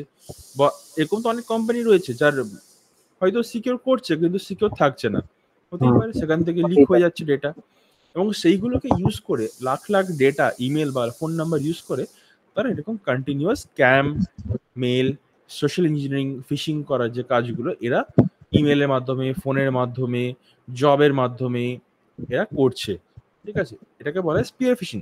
ধরো আমি 1000 জনকে সেম ইমেল পাঠালাম, যে ফ্লিপকার্টে যে ব্যাপারটা বললাম, তো এই 1000 জনের মধ্যে তো সবাই তো হ্যাকিং ব্যাপারে জানতে নাও পারে, হয়তো তার মধ্যে থেকে 10 জন পে করে দিল, ভাবলো যে হ্যাঁ ফোন পেয়ে যাবো, অ্যাড্রেস দিয়েছে, সবই দিয়েছে, সমস্ত কিছু ঠিক, তো তার তো টাকা চলে গেল। কিন্তু একটা যে স্ক্যামার, সে তো 20,000 টাকা লাভ করে নিল একদিনেই, তাই তো? এবার এই যে 2000 টাকাটাই ফিশিং এ তোমার কাছ থেকে করছিলাম, একদিনে 2000 টাকা হচ্ছিল, এখানে কি হলো, এখানে মাছের সংখ্যাটা বেড়ে গেল এবং টাকার অ্যামাউন্টটাও বেড়ে গেল। তো এই স্পিয়ার ফিশিং এ বেশি এরা টার্গেট করে, ঠিক আছে? এবং এই স্পিয়ার ফিশিংটা কন্টিনিউয়াসলি, মানে অটোমেটিক্যালি হতে থাকে, এর ডেটা অ্যাড করতে থাকে সফটওয়্যারের মাধ্যমে, এটা কন্টিনিউয়াস হতে থাকে। যেমন আমরা জানি ইমেল মার্কেটিং হয়, হোয়াটসঅ্যাপ মার্কেটিং হয়, তো সেই যে সফটওয়্যার বা টুলগুলো ইউজ হয়, সেই সফটওয়্যার বা টুল ইউজ তারাও করে, সেগুলো মার্কেটিং করছে। সে যদি 20,000 টাকা দিনে ইনকাম করতে পারে, তার 10,000 টাকা খরচা করতে সেই সফটওয়্যার পিছনে কোনো অসুবিধা হবে না, ঠিক তো? তো এরকম করে সেই অ্যাটাকগুলো এরকম কন্টিনিউ বাড়ছে। এবং সত্যি কথা বলতে যে সল্টলেক সেক্টর 5 এটা হচ্ছে স্ক্যামারদের হাব। এখান থেকেই ম্যাক্সিমাম সোশ্যাল ইঞ্জিনিয়ারিং বা ফিশিং যে অ্যাটাকগুলো হয়, সেখান থেকেই হচ্ছে আমাদের, ঠিক আছে? ইউটিউবে তুমি যদি সার্চ করো স্ক্যাম বেটার বলে, ঠিক আছে, তো এখানে এর একটা ইউটিউব চ্যানেল রয়েছে, ঠিক আছে? এখানে দেখতে হবে যে কল সেন্টার যেগুলো থাকে আমাদের, যে সো কল্ড কল সেন্টার, সেই কল সেন্টার থেকে কি করে স্ক্যাম ইনিশিয়েট করা হয়, ঠিক আছে? এই চ্যানেলটা তুমি যদি দেখো, এখানে বেশিরভাগই দিল্লি, পাঞ্জাব আর কলকাতার, মানে মোস্টলি স্ক্যাম সেন্টারের ভিডিও এখানে পাবে, ঠিক আছে? এর সঙ্গে আরো অনেক বিভিন্ন চ্যানেল রয়েছে, তুমি সেগুলো নিয়ে সার্চ করতে পারো, তুমি জানতে পারবে আরো এর সম্বন্ধে। আমি তোমাকে লিঙ্কটা দিয়ে রাখলাম, তুমি সেভ করে রাখতে পারো, ঠিক আছে? এগুলো দেখলে একটু আইডিয়া পাবে যে সোশ্যাল ইঞ্জিনিয়ারিংটা কিরকম করে হচ্ছে, ঠিক আছে? তারপরে আসি ভাইরাস নিয়ে, ঠিক আছে? তো ভাইরাস যে জিনিসটা, এটাকে আমরা বলি ম্যালওয়্যার, ঠিক আছে? আমরা জানি ম্যালওয়্যার, আমরা ম্যালওয়্যার কথাটা সচরাচর ইউজ করি না, আমরা বলি ভাইরাস অ্যাটাক করেছে, ভাইরাস ঢুকেছে আপনার মেশিনে, মোবাইলে ভাইরাস ঢুকেছে। তো ভাইরাসটা কি? ভাইরাসটা হচ্ছে এক সেকেন্ড, ম্যালওয়্যার আমব্রেলা, ঠিক আছে? আমি এটা ওপেন করে নিচ্ছি। তো এই যে ম্যালওয়্যার আমব্রেলা জিনিসটা, তো ম্যালওয়্যার একটা হচ্ছে গ্রুপ, ঠিক আছে? সেই গ্রুপের আন্ডারে বিভিন্ন ধরনের ম্যালওয়্যার থাকে, ঠিক আছে? তো ম্যালওয়্যার ধরো একটা ছাতা, ছাতার নিচে ব্যাঙের ছাতার নিচে ব্যাঙ থাকে, ব্যাঙের সমস্ত জিনিসপত্র থাকে, ঠিক আছে? তো সেরকমই একটা ছাতার মধ্যে তোমার বিভিন্ন জিনিস থাকে, Trojan horse, adware, fileless malware, ransomware, spyware, virus, spot, rootkit, keylogger, wiper, worm, cryptojacking, এরকম 12 ধরনের কমন টাইপ, মানে আরো টাইপ রয়েছে, ঠিক আছে? জাস্ট কমন টাইপ বলছে এটা। তো ভাইরাসটা হচ্ছে একটা ম্যালওয়্যার, ঠিক আছে? ভাইরাসটা কোনো ভাইরাস নয়, ওটা একটা ম্যালওয়্যার, সেটাকে আমরা অ্যাজ এ ক্যাটাগরাইজ করছি, সেটা ভাইরাস, ঠিক আছে? তো ট্রোজান হর্স, ঠিক আছে? ট্রোজানটা কি জিনিস? ট্রোজান তো আমরা জানি যে পলিটিক্যাল গেমে একটা ট্রোজান থাকে, যে সবসময় মানে জিতিয়ে দেয়, বা এটা সব জায়গাতে হয়ে এসছে, আমরা দেখেছি জিনিসটা। সেম জিনিস সিস্টেম হ্যাকিং বা নেটওয়ার্ক হ্যাকিংও হয়ে থাকে। ধরো আমি হ্যাক করলাম তোমার মেশিন, তুমি জানতে পারলে যে আমি তোমার মেশিন হ্যাক করেছি, তুমি সেটাকে মিটিগেট করলে, ঠিক আছে? তার ফলে তুমি জানলে যে তোমার যে অ্যাটাকটা হয়েছিল বা যে ম্যালওয়্যারটা অ্যাটাক ছিল সেটা রিমুভ হয়ে গেছে সাকসেসফুলি, আর তোমার মেশিন আফেক্টেড নয়। এবার যে হ্যাকার রয়েছে সে একটা ট্রোজান হর্সকে তোমার মেশিনে ছেড়ে দিয়ে গেছে। সে পরে এই ট্রোজান হর্সকে দিয়ে ইউজ করেই তোমার মেশিনে আবার অ্যাক্সেস গেইন করবে, কিন্তু তুমি জানো না এটার ব্যাপারে। তো সেটা হচ্ছে ট্রোজান হর্স। এরকম টাইপের অ্যাডওয়্যার রয়েছে। একটা রয়েছে র্যানসামওয়্যার, তুমি মেবি শুনে থাকবে র্যানসামওয়্যার। ওয়ানা হ্যাঁ, ওয়ানাক্রাই অ্যাটাকের ব্যাপারে তুমি শুনে থাকবে, বিভিন্ন খবর চ্যানেলে কভার করা হয়েছিল। বিভিন্ন বড় বড় টার্গেটকে এই অ্যাটাক করা হয় এবং $10,000 $20,000 এরকম ভাবে টাকা নেওয়া হয়। তো এই র্যানসামওয়্যারে কি হয়, এই যে তোমার উইন্ডোজ মেশিন অন হচ্ছে, তুমি মেশিন দেখতে পাচ্ছ, এরকম সমস্ত অ্যাপ্লিকেশন সমস্ত এই যে এগুলো রয়েছে, তুমি আর কিছু অ্যাক্সেস করতে পারবে না। তুমি মেশিন খুলতে পারবে, বন্ধ করতে পারবে, ঠিক আছে, কিন্তু তুমি কোনো অ্যাপ্লিকেশন খুলতে পারবে না, কোনো ফাইল খুলতে পারবে না, সমস্ত কিছু তোমার এনক্রিপ্টেড হয়ে যাবে সেই ম্যালওয়্যার দ্বারা, ঠিক আছে? তো সেগুলো খোলার জন্য তোমাকে র্যানসাম মানি পে করতে হবে সেই হ্যাকারকে বা অ্যাটাকারকে। তারপর সে টাকা পাওয়ার পর তোমাকে একটা টুল দিবে, তাকে বলা হয় ডেক্রিপশন টুল। সেই টুল দিয়ে তোমাকে সেই ম্যালওয়্যারটাকে রিমুভ করতে হবে। তো এটাই হচ্ছে র্যানসামওয়্যার। তাছাড়া রয়েছে তাছাড়া রয়েছে স্পাইওয়্যার। স্পাইওয়্যার কি? স্পাইওয়্যার হচ্ছে একটা মনিটরিং ভাইরাস বা ম্যালওয়্যার বলতে পারো, ঠিক আছে? এটা তোমার মেশিনে অজান্তেই ঢুকে যাবে এবং তোমার কে স্পাই করবে, তোমার ভিডিও ক্যাম থেকে তোমাকে স্পাই করবে, তোমার মাইক্রোফোন থেকে স্পাই করবে, তুমি কিবোর্ডে কি লিখছো সেগুলোকে ও স্টোর করবে নিজের লগে এবং অ্যাটাকারের কাছে পাঠিয়ে দেবে যে কি লিখেছো, মাউসে লেফট ক্লিক টিপছো কিনা বা রাইট ক্লিক টিপছো কিনা, মাউসে স্ক্রল হুইল করেছো কিনা, যত কিছু করবে সমস্ত কিছু তোমার স্পাই করবে, ঠিক আছে? এটা হচ্ছে স্পাইওয়্যার। তাছাড়া রয়েছে ভাইরাস। ভাইরাস কিন্তু অনেক ধরনের হতে পারে। তো বেসিক্যালি যে ভাইরাসটা হয়, ভাইরাস দিয়েই আমরা পুরো মেশিনকে হ্যাক করে থাকি, ঠিক আছে? তো সেখানে অ্যাটাকার আর ভিকটিমের যে মেশিন থাকে, ধরো তোমার মেশিন আমি হ্যাক করবো, তার জন্য আমাকে ভাইরাস তোমার মেশিনে আমাকে দিতে হবে, নাহলে তোমার মেশিনে আমি অ্যাক্সেস পাবো না, ঠিক আছে? সেটাই হচ্ছে ভাইরাস। তাছাড়া এরকম রুট কিট, কি লগগার, ওয়ার্ম, ক্রিপ্টো জ্যাকিং রয়েছে। ক্রিপ্টো জ্যাকিংটা বলি, ক্রিপ্টো জ্যাকিংটা হচ্ছে এই যে ক্রিপ্টো বা বিটকয়েন, ইথার কয়েন, এই সমস্ত যে কয়েনগুলো রয়েছে, এগুলোর বিভিন্ন রকমের মাইনিং করা হয়, ঠিক আছে? ক্রিপ্টো মাইন ব্যাপারটা তুমি শুনে থাকবে যে গ্রাফিক্স কার্ড দিয়ে এটাকে মাইন করা হয়। যখনই তুমি একটা ট্রানজাকশন সাকসেসফুলি কম্পাইল করবে, তখনই তোমাকে তার হিসেবে একটা রিওয়ার্ড ভ্যালু দেওয়া হয়, মানে যে ট্রানজাকশন ফিস যেটা হয় সেটা তোমাকে দেওয়া হয়। তো এটার জন্য তো হিউজ রিসোর্স লাগে, তাই তো?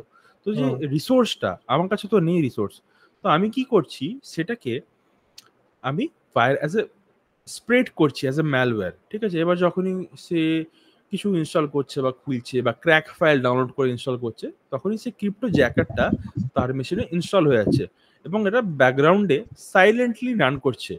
এবং যখন তোমার মেশিন সাইলেন্ট মোডে রয়েছে, মানে কোয়াইট মোডে রয়েছে, মানে কোনো ইউজ হচ্ছে না বা কোনো ব্যাকগ্রাউন্ডে হেভি প্রসেস হচ্ছে না, তখন এটা অ্যাক্টিভেট হয় এবং তোমার র্যাম এবং প্রসেসর দুটোকে ইউজ করে ও ক্রিপ্টো মাইনিংটা কন্টিনিউ করে তোমার ব্যাকগ্রাউন্ডে, ঠিক আছে?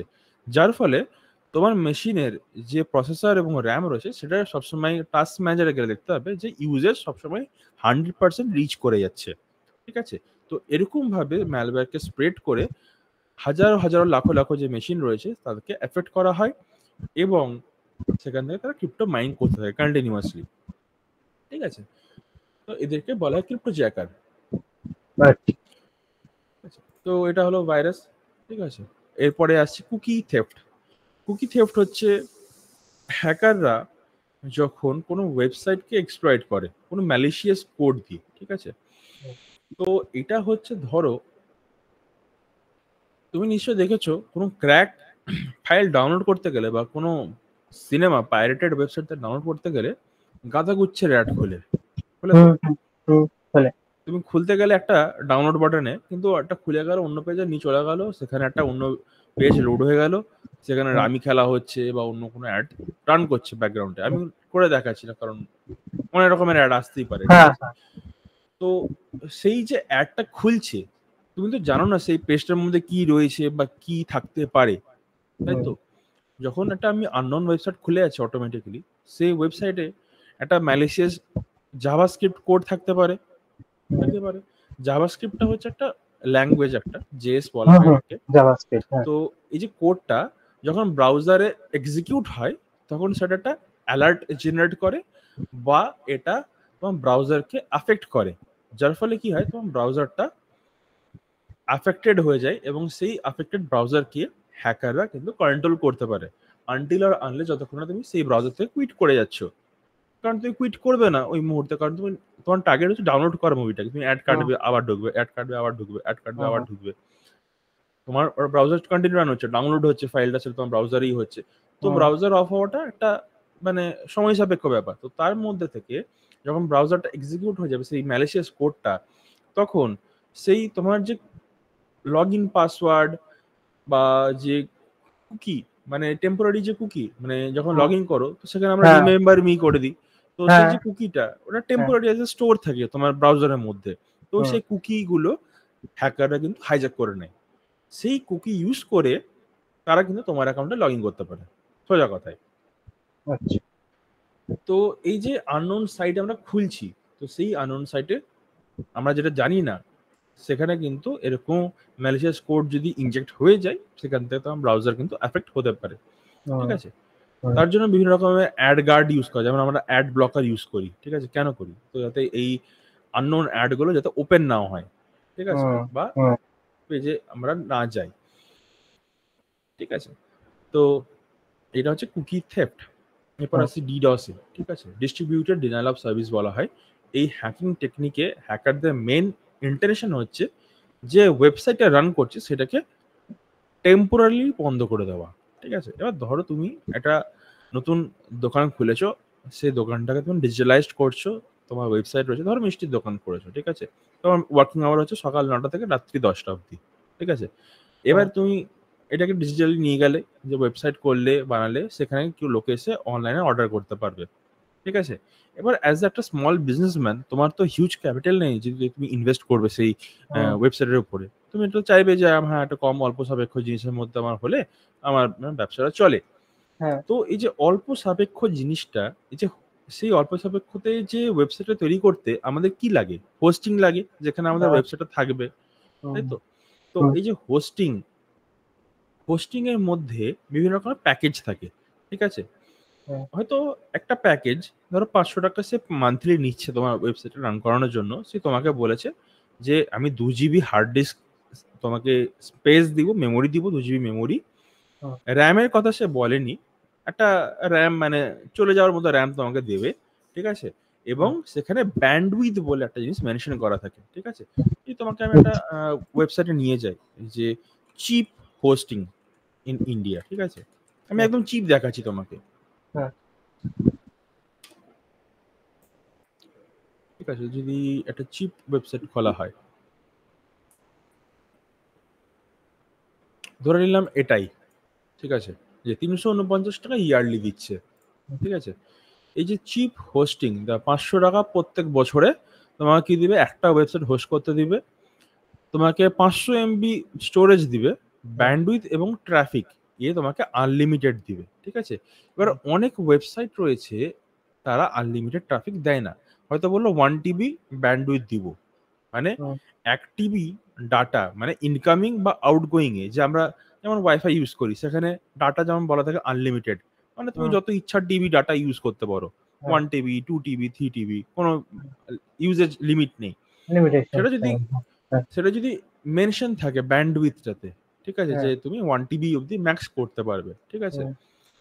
তাহলে একটা হ্যাকার সেই ওয়েবসাইটে তোমার ট্রাফিক পাঠাচ্ছে কন্টিনিউ, ঠিক আছে। যখন সেই 1 TB যে ডাটা লেয়ারটা ক্রস করে যাবে তখন কি হবে? তোমার সাইটটা অটোমেটিক্যালি ডাউন হয়ে যাবে, ঠিক আছে। এবার ধরো সেই হোস্টিং কোম্পানি বলেছে 1 TB পার ডে তারা অ্যাকসেপ্ট করবে, ঠিক আছে। যদি 1 TB ক্রস হয়ে যায় তাহলে তারা কিন্তু ওয়েবসাইট বন্ধ করে দেবে। তো এবার হ্যাকার কি করলো? তোমার বিজনেস রান করছে, হয়তো পাশের কোনো দোকান হোক বা কোনো তোমার অপোনেন্ট হতে পারে, সেও কি করে আর হ্যাকার হায়ার করে, সে বলে যে এর উপর ডস করতে হবে, এবং যদি সে ভালনারেবিলিটি থাকে সে ডস পারফর্ম করে তোমার ওয়েবসাইটটাকে যখন ওয়ার্কিং আওয়ার স্টার্ট হয় তার 1 ঘন্টা আগে বন্ধ করে দেবে রান করে।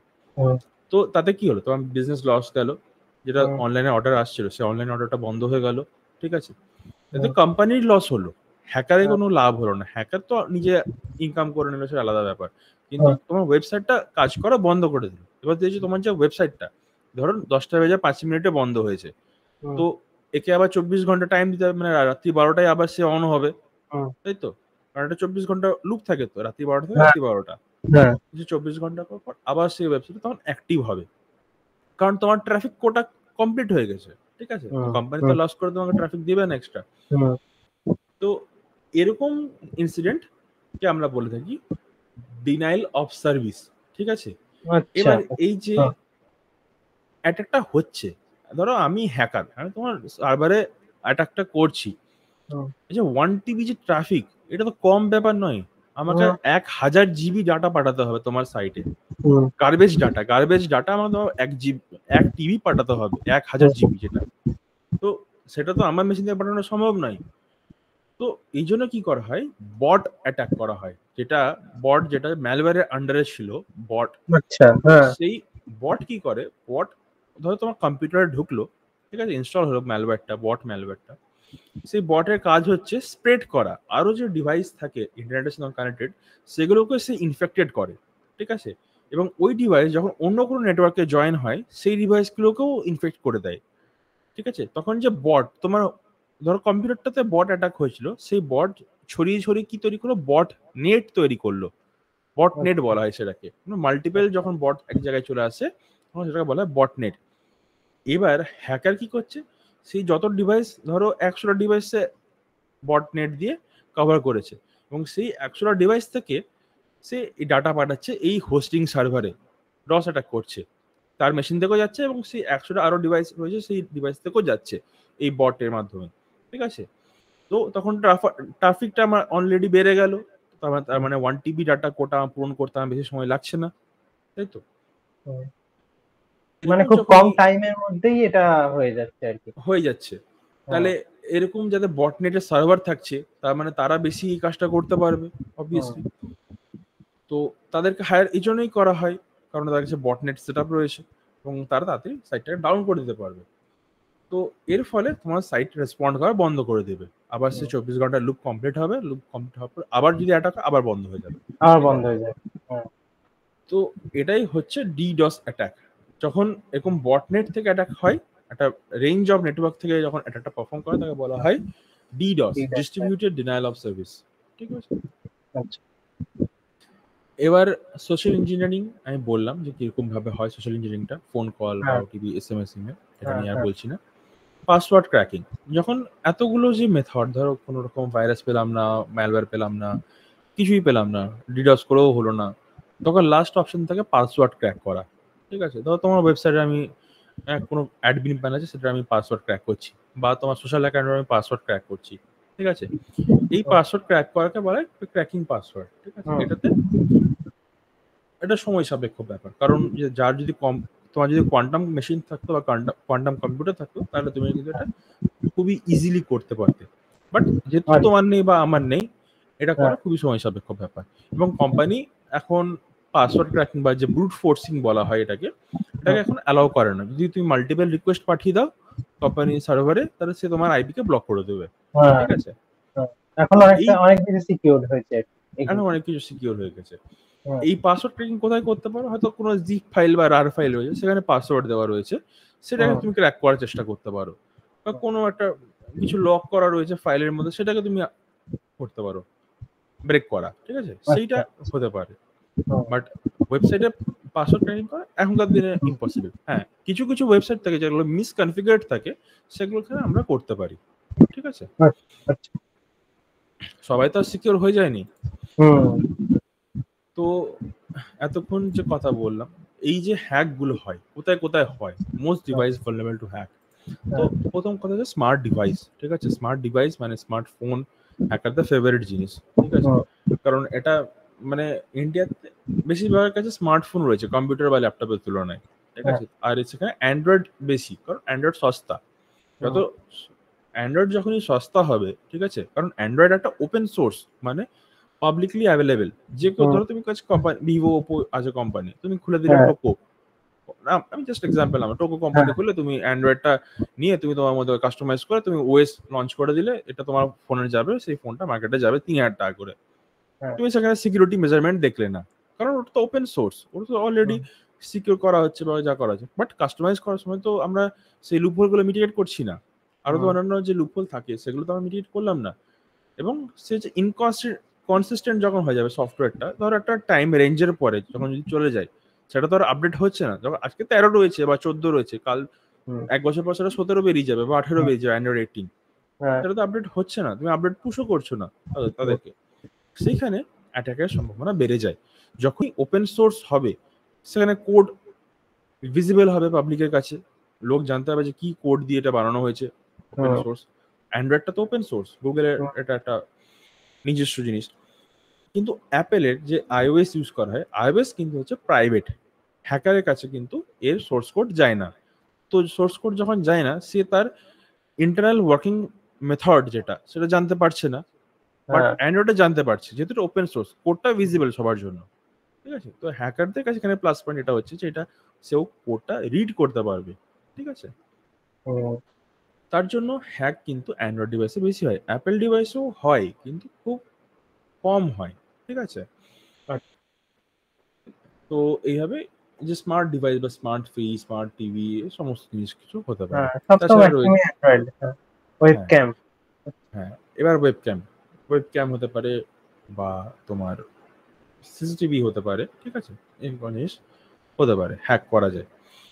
তো র্যাট, রিমোট অ্যাক্সেস ট্রোজান, যে ট্রোজানের কথা আমরা বলেছি, সেই ট্রোজান যদি তোমার কম্পিউটারে চলে যায়, সেই কম্পিউটার থেকে আমরা ওয়েবক্যাম বা সিসিটিভিকে কিন্তু অ্যাক্সেস করে দেখতে পারবো, ঠিক আছে। এখানে আমি তোমাকে একটা ছোট স্যাম্পল দেখিয়ে দিচ্ছি এখানে, ঠিক আছে, ওয়েবক্যাম হ্যাকিং এর। এখানে কিন্তু মানে আগেই বলে দিচ্ছি, হয়তো ভিডিও অন্যরকম আসতে পারে, কারণ যেহেতু আমরা জানি না যে এটা আমরা কার ওয়েবক্যাম দেখবো বা কি করে দেখতে পারি, ঠিক আছে, তাই আগেই বলে দিচ্ছি।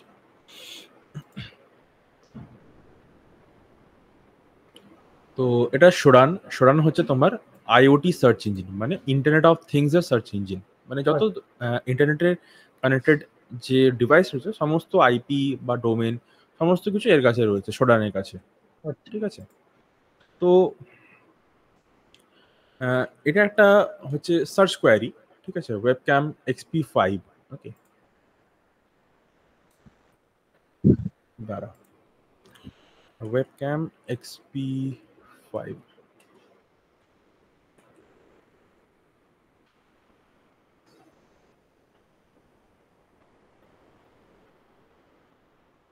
আমরা এখানে একটা মেথড ইউজ করছি, তাকে বলা হয় গুগল ডর্কিং, ওকে। এই গুগল ডর্কিং এ আমরা বিভিন্ন রকমের ডর্ক ইউজ করে পাবলিকলি যে ডেটাগুলো অ্যাভেলেবেল রয়েছে, সেই ডেটাগুলোকে আমরা দেখতে পারি, ঠিক আছে। তো এখানে যে ফুটেজগুলো আমরা দেখবো সিসিটিভি, সেগুলো হচ্ছে পাবলিকলি অ্যাভেলেবেল ডেটা, ঠিক আছে। এবার এটা তুমি জানতে না যে পাবলিকলি এরকম সিসিটিভি ফুটেজ দেখা যায়, না না না, অবভিয়াসলি জানতে পারবে না, তাই তো। এটা যেমন হচ্ছে রাশিয়ান ফেডারেশন থেকে, এর আইপি নাম্বার এত, এই কোন ব্রডব্যান্ড ইউজ করে সেটাও এখানে লেখা রয়েছে, এবং তুমি এখানে তার বিভিন্ন সোর্স অ্যাঙ্গেল বা বিভিন্ন মোশন ক্যামেরা, বিভিন্ন রকমের কিছু রয়েছে, সেগুলো দেখতে হবে। এগুলো দেখা যাচ্ছে না এই মুহূর্তে, ঠিক আছে। এখানে দেখতে পাচ্ছ এটাও একটা ফ্রান্স থেকে একটা আসছে, এটা দেখো হাঙ্গেরিতে কোথাও বাইরে একটা সিসিটিভি লাগানো রয়েছে প্রবাবলি, ঠিক আছে। এটা দেখো কারেন্ট ডেট রয়েছে 24/5/24, কারেন্ট টাইম এখন রান করছে 6:38, ঠিক আছে। হ্যাঁ, এবার তুমি জুম করা, মাইনাস করা, প্লাস করা, সবকিছু করতে হবে, টেম্পারেচার সবই দেখতে হবে, ঠিক আছে। এবার দেখো বাড়ির বাইরের ব্যালকনি থেকে কেউ লাগিয়ে রেখেছে সিসিটিভি, দরজার বাইরে কেউ যদি আসে বা কিছু হয়। এখানে আবার সোর্স 1 সোর্স 2, মানে দুটো ক্যামেরা ইন পয়েন্ট রয়েছে, সোর্স 2 ক্যামেরা রয়েছে, একটা সোর্স 1 রয়েছে। তার মানে আমি তার বাড়ির বাইরে লক্ষ্য রাখতে পারছি বা ভিতরেও লক্ষ্য রাখতে পারছি, ঠিক আছে। তো এখানে এরকম অনেক কিছু রয়েছে, বিভিন্ন মনিটরিং স্টেশন রয়েছে, বিভিন্ন অনেক কিছু জিনিস রয়েছে। তো জাস্ট এটা একটা স্যাম্পল, ঠিক আছে। যেমন এখানে একটা সার্বিয়াতে, ঠিক আছে, একটা শহরের ফুটেজ দেখা যাচ্ছে, ঠিক আছে। এটা অফ করে দিলাম। যেমন শহরের ফুটেজটা দেখতে পাচ্ছ, একটু খেয়াল করে দেখতে হবে, গাড়ি চলাচল করতে পারছে, লোকজন হাঁটাচলা করতে পারছে, একটু খেয়াল করে দেখতে পাবে তুমি। হ্যাঁ, দেখতে পাচ্ছি। এটা স্লো আসছে বিকজ অফ এটা হ্যাঁ একদম হ্যাঁ fine, হ্যাঁ ঠিক আছে। এবার এই যে পাবলিকলি যে ডাটাটা এরকম শেয়ারিং হচ্ছে, এটাই তো যারা টেররিস্ট এদের তো লাভ। ধরো সে হ্যাঁ, এখানে এরা বোম তো ব্লাস্ট করতে চায়, হ্যাঁ তাই তো? সে তো তাহলে ওই এগুলা স্পটে গেল না। হ্যাঁ সে এখান থেকে ঘরে বসে সে রিমোটলি অবজার্ভ করছে যে হ্যাঁ, কখন পুলিশ যায়, কখন কত পুলিশ থাকে, কোন সময়তে লোক কম থাকে, সব ঘরে বসে দেখতে পাচ্ছে, তাই তো? তো পাবলিকলি সে অ্যাভেলেবেল হলে তো এটা হবেই। হবেই। তো হ্যাঁ এইগুলোকে মিটিগেট করা হচ্ছে হ্যাকারদের কাজ, ঠিক আছে? এবার হুম, সবার জন্য সবাই এবার মিটিগেট করে না, ঠিক আছে? কিছু ক্যামেরা পাবলিকলি অ্যাভেলেবলও থাকে, ঠিক আছে? লোকে দেখার জন্য। তো সেটা আমরা সবাই সবাই জানি না বা ওটা সম্বন্ধে অ্যাওয়্যার নই, ঠিক আছে? যেমন একটা হ্যাঁ ক্যামেরার অ্যাঙ্গেল চেঞ্জ হয়ে গেল, ঠিক আছে? অন্য হুম, ক্যামেরা এন্ড পয়েন্ট দেখতে পাচ্ছি। সোর্স 6, সোর্স 7 এরকম বিভিন্ন রকমের সোর্স রয়েছে। এটা হচ্ছে শহরে আরেকটা সাইড দেখতে পাচ্ছি। এবার যদি এখানে কোনো কেউ ব্যাংক ডাকাতি করতে যায়, এখানে ব্যাংক রয়েছে, হুম, ঠিক আছে? এখান থেকে ফলো করছে এবং ঘরে বসে দেখতে পাচ্ছে যে কি হচ্ছে না হচ্ছে, সবকিছু মনিটর করে নিল। তাহলে তো কোনো কিছু দরকারই হলো না, ঠিক আছে? যদি এরকম ওই ক্যামেরা এক্সপোজ হয়ে যায়। এবার ধরো কেউ ক্যামেরা রেখেছে, ঠিক আছে? সে এখানে ঘরে বসে কিছু কাজ করছে, ঠিক আছে? হয়তো পাসওয়ার্ড লিখছে বা ব্যাংকের ফাইন্যান্সিয়াল ডিটেইলস নোট করছে। হুম, হতেই পারে, করতেই পারে। তার প্রাইভেট লাইফ ওটা। সেগুলো একটা হ্যাকার দেখে কি করতে পারে? হ্যাকার নোট করে নেবে এবং সেখান থেকে ক্রেডিট কার্ড বা ডেবিট কার্ড ডিটেইলস ক্লোন হুম, করে সে ইউজ করতে পারে। এখানে দেখো হুম, যেমন স্কুলের একটা ভিডিও ফুটেজ চলছে এখানে। ঠিক আছে? এরকম অনেক এরকম পাওয়া যায়। ঠিক আছে? এগুলো পাবলিকলি ইনফরমেশন অ্যাভেইলেবল। সো এগুলো হ্যাক করা যায় জিনিসগুলোকে। আমাদের কাছে সেই ম্যালওয়্যার বা ট্রোজান দিয়েই হ্যাক করতে তার কোনো মানে নেই। পাবলিকলি ইনফরমেশন থেকেও আমরা হ্যাক করতে পারি। ঠিক আছে? হ্যাকারদের মেইন ফেভারিট টার্গেট হচ্ছে রাউটার। রাউটারও হ্যাক করা যায়। ঠিক আছে? রাউটারেও DDoS অ্যাটাক পারফর্ম করা যায়। রাউটারে ক্রিপ্টো জ্যাক করা যায় বা ক্রিপ্টো মাইনিং করা যায়। ঠিক আছে? এই সমস্ত অ্যাটাকগুলো হয়ে থাকে। ইমেইলের বলেছি, ইমেইল হচ্ছে হ্যাকারদের ফেভারিট টার্গেট সাইবার অ্যাটাক করার জন্য। সোশ্যাল ইঞ্জিনিয়ারিং, স্প্যাম এই সমস্ত কিন্তু ইমেইলেই বেশি হয়। অ্যাটাচমেন্ট দিয়ে কোনো ম্যালিশিয়াস ফাইল পাঠানো, লিঙ্কস এড করা, যেমন ফ্লিপকার্টের কথাটা বলেছিলাম। তো হুম, জিনিসগুলো। এরপর আছে জেল ব্রোকেন ফোন। তো জেল ব্রোকেন ফোনটা কি? আমরা রুট শুনেছি অ্যান্ড্রয়েডে রুট করা হয়। তো হ্যাঁ হ্যাঁ রুট করা মানে হচ্ছে যে অ্যান্ড্রয়েডে যে সিকিউরিটি পারমিশনটা থাকছে সেটাকে যে রেস্ট্রিকশনটা থাকে সেটাকে আমরা রিমুভ করে দিচ্ছি। তার বদলে কি হচ্ছে রুট করাতে আমরা সেই ফোনটাতে কাস্টমাইজেশন করতে পারছি বা একটা কাস্টম রম ইনস্টল করতে পারছি বা সেগুলোতে আমরা বিভিন্ন ধরনের নোটিফিকেশন প্যানেল চেঞ্জ করে দিতে পারছি। এই সেই অনেক কিছু হাবিজাবি করা যায়। হুম, রুট করতে পারলে। ঠিক আছে?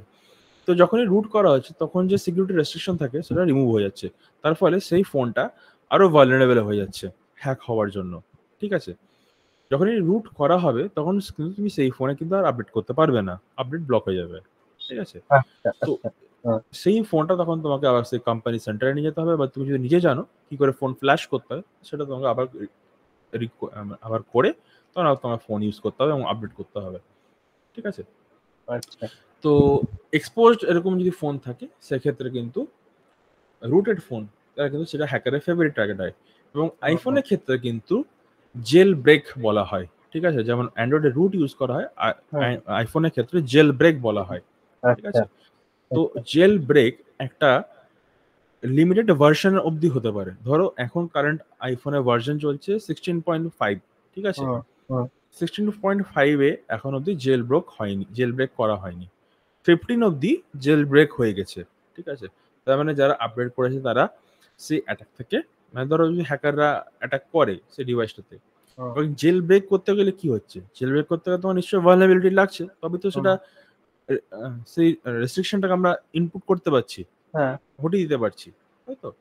তো যদি জেল ব্রেক হয়ে যায় তাহলে কি হচ্ছে? ফোনের প্রাইভেসি চলে যাচ্ছে। ফোন ভালনারেবল হয়ে যাচ্ছে আরো হ্যাকারদের কাছে। ঠিক আছে? হুম, যে কেউ ডাটা চুরি করতে পারে। ঠিক আছে? বাট হ্যাঁ, কি প্লাস পয়েন্ট হচ্ছে যে আমরা কাস্টমাইজ করতে হবে। কাস্টমাইজ করলে তো হবে না, আমাদের সিকিউরিটি দেখতে হবে।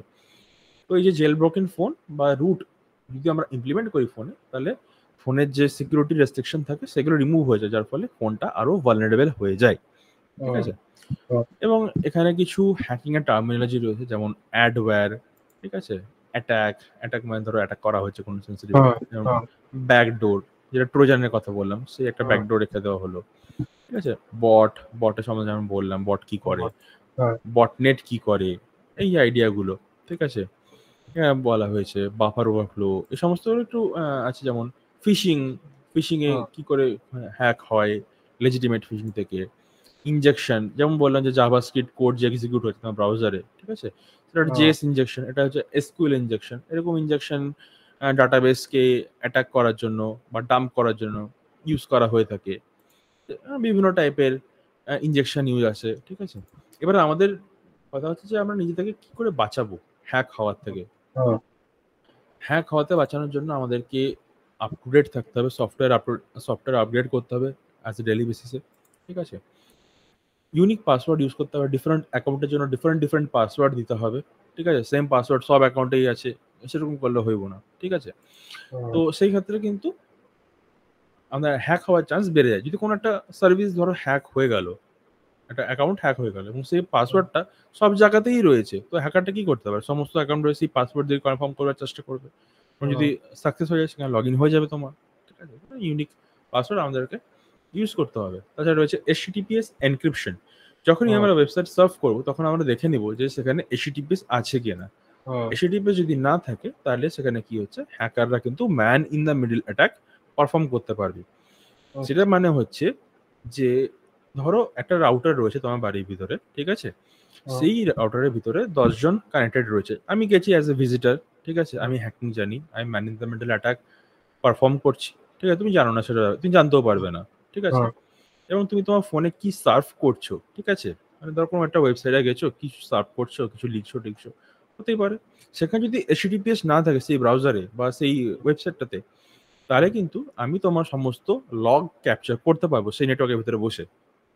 ধরো তুমি ফেসবুক খুলছো, আমি দেখতে পাবো যে তুমি কোথায় যাচ্ছ, facebook.com খুললে ফেসবুকে কি সার্চ করছো সে কি লগ আমি দেখতে পাবো, ঠিক আছে, বা কি ছবি দেখছো সেটা আমি দেখতে পাবো, ঠিক আছে। মানে কাইন্ড অফ পুরোটাই মনিটরিং, লগ মনিটরিং আমি করতে পারবো তোমার ম্যান ইন দ্য মিডল থেকে। তো সেখানে যদি HTTPS থাকে, এটা একটা এনক্রিপশন যেখানে এই লগ মনিটর করা একটু ইম্পসিবল হয়ে যায়, ঠিক আছে। তো এই যে ম্যান ইন দ্য মিডল অ্যাটাকের যে কথাটা বললাম, সেখানে একটা কোম্পানি রয়েছে হ্যাক5 বলে, ঠিক আছে। এরা বের করে বিভিন্ন ম্যান ইন দ্য মিডল অ্যাটাকের টুল, ঠিক আছে। যেমন পেজটা একটু লোড হতে দাও, বলছি। যেমন রয়েছে ওয়াইফাই পাইনঅ্যাপেল, ঠিক আছে, OMG কেবল, USB রাবার ডাকি, ব্যাশ বানি, ঠিক আছে, এরকম টাইপের জিনিস রয়েছে। এই যে ওয়াইফাই পাইনঅ্যাপেল, এটার কাজ হচ্ছে কি, ফেক নেটওয়ার্ক তৈরি করা, ঠিক আছে। সে ফেক নেটওয়ার্কে তুমি জয়েন করলে তুমি ইন্টারনেট অ্যাক্সেস পাবে, বাট যখন যা কিছু সার্চ করবে সেটা এনক্রিপ্টেড হোক না হোক কোনো যায় আসে না, সমস্ত কিছু লগ স্টোর হয়ে যাবে, ঠিক আছে। এই যে OMG কেবল, এই যে OMG তুমি এত নিশ্চয়ই শুনে থাকবে জুস জ্যাকিং, যে বলে যে রেল স্টেশনে হোক বা এয়ারপোর্ট স্টেশনে যেখানে ফ্রিতেই ফোন চার্জ করা, মানে মোবাইলে ব্যাটারি রিচার্জ করা যায়, সেগুলো করতে হয় না, যেগুলো সাইবার অ্যাওয়ারনেসে বলা হয়, সেগুলোতে কিন্তু কোনো যদি অ্যাটাকার মনে করে যে এরকম কেবল ইমপ্লিমেন্ট করে দিবে এবং সেই কেবল যখন তুমি মোবাইলে চার্জিং ইনপুটে দিবে, সে কিন্তু বিভিন্ন রকমের কি স্ট্রোক ইনজেকশন, কি logging, wifi control injection, Jio fencing, self distract injection, এই সমস্তগুলো করে দেয়, ঠিক আছে। তো এই কেবলগুলো থেকে এই অ্যাটাকগুলো করা যায়। জাস্ট কেবলে জাস্ট চার্জিং এ আমাকে অ্যাড করে চার্জিং পয়েন্টে, বাস বাকিটা অটোমেটেড হবে, ঠিক আছে। রাবার ডাকি বা ব্যাশ বানি, ঠিক আছে, এইগুলো কি হয়, এগুলো ফ্ল্যাশ ড্রাইভ বা USB ড্রাইভ, ঠিক আছে। এগুলো তুমি জাস্ট যদি এগুলোকে বেইট করার জন্য, মানে সোশ্যাল ইঞ্জিনিয়ারিং এ বেইট করা হয়। ধরো সোশ্যাল, তোমার ডিজিটালি আমি ফাঁসাতে পারছি না ফিশিং এ বা সোশ্যাল ইঞ্জিনিয়ারিং এ, ঠিক আছে, তোমাকে আমি ফিজিক্যালি ফাঁসিয়ে দেবো। কারণ তোমার দরজার সামনে, বাড়ির দরজার সামনে যদি আমি 3-4টে এরকম USB ফেলে দিয়ে আসি, তোমার তো লোভ হবেই সাধারণত, ফ্রিতে USB আছে, কি আছে দেখি, চ ভালো যদি থাকে তাহলে আমার হয়ে যাবে এটা। আর এটা একটা সাধারণ মানুষের কমন একটা চলে জিনিসটা ভিতরে। তো সে যখন সাইকোলজির মধ্যে পড়ে, হ্যাঁ, কমন সাইকোলজি, যখন সে এটা ইনজেক্ট করবে নিজের CPU তে, মানে মেশিনে লাগাবে, তখন সেটাতে কি হবে, অটোমেটেড যে স্ক্রিপ্ট গুলো থাকে সেগুলো অটোমেটিক্যালি ইনস্টল হয়ে যাবে, কোনো রকম নয়েজ করা ছাড়াই, মানে কোনো কিছু তোমাকে পপ আপ দেখাবে না, কোনো পারমিশন চাইবে না, কিছুই না, জাস্ট এটা অ্যাড হবে, তোমাকে নর্মাল একটা ইউএসবির মধ্যে বিহেভিয়ার করবে, ঠিক আছে। এটার যদি দেখতে হয়, মিস্টার রোবট বলে একটা সিরিজ রয়েছে, সেই সিরিজটা তুমি দেখতে পারো। এই মিস্টার রোবট সিরিজটা পুরোটাই হ্যাকিং এর উপরে বানানো, 4টে সিজন রয়েছে, ঠিক আছে। এটাতে একটাও মানে কনস্ট্রাকটিভ, মানে যেটা বলা হয় যে দেখানোর জন্য যে হ্যাকিং হচ্ছে সেটা নয়, কারণ হ্যাকিং এর যে আসল টার্ম বা মেথড ইউজ করা হয় বা যে টেকনিকগুলো ইউজ করা হয় প্রত্যেকটা সমস্ত কিছু এইখানে দেখানো হয়েছে, ঠিক আছে, এই আচ্ছা। সিনেমাটাতে। তো এটার নাম হচ্ছে মিস্টার রোবট, তুমি সার্চ করে দেখতেও পারো, ঠিক আছে। হুম হুম তো ওখানে ইউএসবি রবারটা কি, ওয়াইফাই পাইনাপেল এই সমস্ত অ্যাটাক দেখানো হয়েছে, কার আচ্ছা, হ্যাক করা এই সমস্ত কিছু দেখানো হয়েছে, টার্ম গুলো প্রত্যেকটাই আছে। সব রয়েছে ওখানে, হুম, ঠিক আছে। তো এই এই কোম্পানিটা বেসিক্যালি এই যে শার্ক জ্যাক, এই যে তোমার শুধু যে শার্ক জ্যাক আর ল্যান্ড ট্যাপ দুটো রয়েছে। ধরো হুম, তোমার ওয়াইফাই এর ইথারনেট বা RJ45 এর যে ল্যান থাকে ভেঙে গেছে, ঠিক আছে, তুমি একটা হুম, সেপারেট ল্যান দিয়ে ইউএসবি মতো করে লাগাচ্ছ বা এগুলোর মাধ্যমে তুমি কানেক্ট করার চেষ্টা করছো, হুম, যখন যা অ্যাড করবে তখন তোমার মেশিন হাইজ্যাক হয়ে যাবে, ঠিক আছে। হুম, হুম, তো ম্যাকে ম্যাকের যে ল্যাপটপ থাকে সেখানে তোমার RJ45 থাকে না, তো তখন সেখানে এরকম টাইপের ডিভাইস ইউজ করতে ল্যান্ড ট্যাপ। তো এই যদি ল্যান্ড ট্যাপ ম্যালিসিয়াস হয় তো তোমার ম্যাক হ্যাক হয়ে যাবে অবভিয়াসলি। হুম, তো এইভাবেই এই অ্যাটাকগুলো হয়ে থাকে। তো এখানে শুধুমাত্র যে ল্যানের জন্য তা না, তুমি ইউএসবিও হ্যাক করতে পারো, লাইক সি পোর্ট রয়েছে, সি হুম, টাইপ সি পোর্ট, ঠিক আছে, টাইপ সি পোর্ট হ্যাক করা যেতে পারে। বিভিন্ন জিনিস রয়েছে, মানে হ্যাকিং এ বিভিন্ন রকম ইউজ হয়। শুধু তুমি যদি মনে করো যে তুমি এইচডিএমআই কেবল দিয়ে হ্যাক করার চেষ্টা করো সেটাও করতে পারো, ঠিক আছে। হুম, বিভিন্ন রকমের পোর্ট, বিভিন্ন কিছু ভিজিএ পোর্ট, সমস্ত কিছু পোর্ট দিয়ে হ্যাক করা যায়, এক্সপ্লয়েট করা যেতে পারে, ঠিক আছে। তো man in the mental attack বা সোশ্যাল ইঞ্জিনিয়ারিং অ্যাটাক শুধুমাত্রই ডিজিটালি থেমে থাকে না, ফিজিক্যালিও হয়, ঠিক আছে, আমাদের আচ্ছা, অজান্তেই হয়। এটা আমাদেরকে অ্যাওয়্যার থাকতে হবে। Avoid clicking on ads or strange links, যেটা আমি বললাম যে হুম, স্ট্রেঞ্জ লিঙ্ক বা অ্যাড যেগুলো আছে সেগুলোতে হুম, অ্যাভয়েড করতে হয়, তার জন্য অ্যাড ব্লকার ইউজ করতে হবে আমাদেরকে, হুম, ঠিক আছে। এবার তোমাকে আপডেট থাকতে হবে, ঠিক আছে। তাছাড়া বিভিন্ন আপডেট দেখতে হবে যে সাইবার সিকিউরিটি কি কি আপডেট, মাসে হয়তো একবার দেখলে কি কি হুম, নতুন আপডেট বেরিয়েছে, ইউটিউবে পাওয়া যায় ভিডিও, কোনো ব্লগ পাওয়া যায়, এটা জানতে পারা যাবে। এই সমস্ত করে নিজে বাঁচতে পারবে। আননোন ফ্রেন্ড রিকোয়েস্ট রিজেক্ট করা, লাইক হুম, আননোন যে ফেক ভিডিও কল আসছে বা কিছু কল আসছে সেগুলো ইরেট করতে হবে। টু স্টেপ অথেন্টিকেশন এনেবেলড করতে হবে, ঠিক আছে। তাছাড়া তোমার যে পাসওয়ার্ড চেঞ্জ রাখতে হবে, একটু হার্ড রাখতে হবে, ঠিক আছে। হুম, নিজের হুম। প্রাইভেসি প্রোটেক্ট করতে হবে, যে আমরা সোশ্যাল মিডিয়াতে আমরা অনেক অনেক কিছু কিছু। পোস্ট করছি, হ্যাঁ, দিয়ে হ্যাঁ, দিচ্ছি, সেগুলো যাতে মানে কন্ট্রোলেবল ওয়েতে হয়, মানে হুম, সে আমার আমার সম্বন্ধে সে যেন বেশি ইনফরমেশন গ্যাদার না করতে পারে, হুম, তাহলে সেটা আমাদেরকে নজর রাখতে হবে। ধরো অনেকেই এরকম রয়েছে যে ঘুরতে যাচ্ছে, সঙ্গে সঙ্গে পোস্ট হয়ে গেল, প্লেনে চাপলো পোস্ট হয়ে গেল, তো সে তো তাকে ফলো করছে, একটা হ্যাকার তাকে ফলো করা খুবই ইজি হয়ে যাচ্ছে সোশ্যাল মিডিয়া থেকে, তাই তো। হুম, হুম, তো এখন আগেকার দিনে কি হতো, ফলো করার জন্য পিছনে লোক লাগতো, এখন লোক হ্যাঁ, লাগে না, সোশ্যাল মিডিয়াতেই ফলো করা যায়, হ্যাঁ, ঠিক আছে। হ্যাঁ, এটা ঠিকই।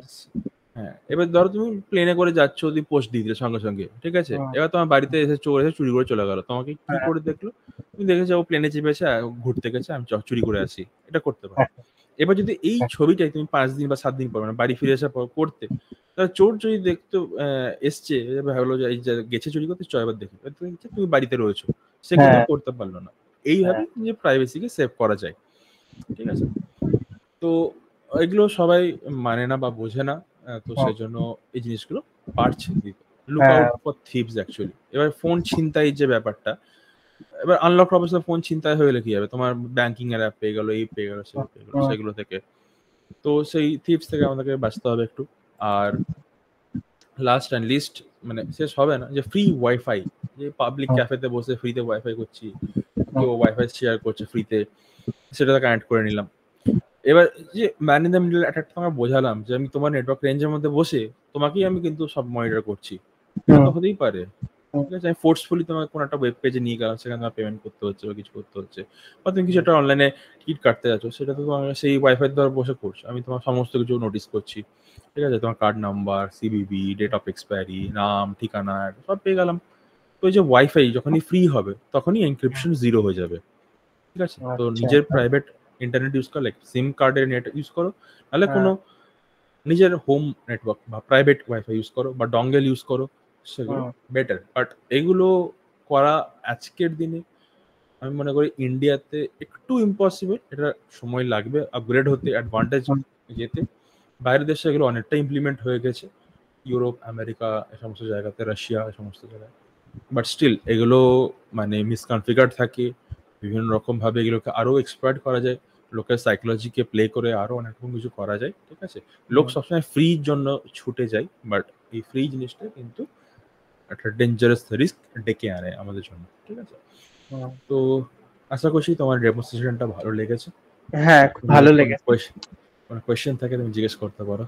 আমার কোশ্চেনটা হচ্ছে যে আমি এটা যে শিখতে চাই, এটা কিভাবে মানে শিখলে ভালো হয়, মানে কোন প্রসেসে, মানে আমি আগে যার সাথে কথা বললাম ও বলছিল যে নেটওয়ার্কিং আমি ভালো করে জানি না, বা আমি তো টার্মগুলোই তো প্রথম, তো কিভাবে শিখলে এটা মানে পার্ট বাই পার্ট শেখা যায়, এবং আলটিমেটলি আমি কাজটা এরপরে কি এইরকম লেভেলেই করব, তো মানে ওটা মোটামুটি করতে তাও কত কত টাইম লাগবে?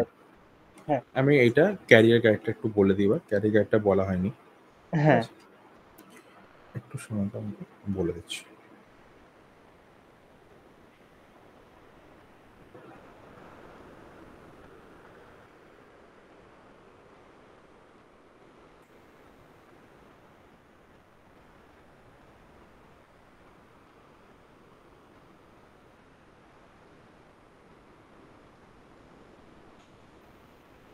একটু দাঁড়ান, একটা মিনিট। হ্যাঁ,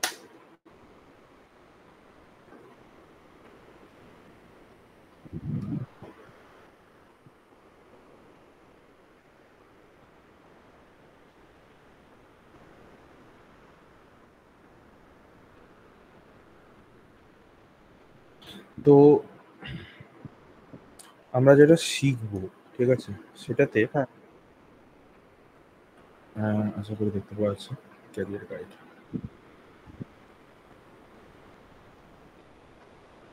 ক্যারিয়ার গাইড, ঠিক আছে। হ্যাঁ, তো এই যে মডিউলটা তুমি শিখবে, ঠিক আছে, এই মডিউলটাতে তুমি এথিক্যাল হ্যাকিং পড়তে এসছো আমার কাছে, ঠিক আছে। এথিক্যাল হ্যাঁ, হ্যাকিং এটা হচ্ছে বেসিক কোর্স হ্যাকিং এ এন্টার করার জন্য, ঠিক হ্যাঁ, আছে। হ্যাঁ, এথিক্যাল হ্যাকিং এর যে মডিউল কনসেপ্ট, এর মডিউলে টোটাল 4টে টপিক থাকে, ঠিক আছে। ফার্স্টে হয় সিস্টেম হ্যাকিং, আচ্ছা, সিস্টেম হ্যাকিং।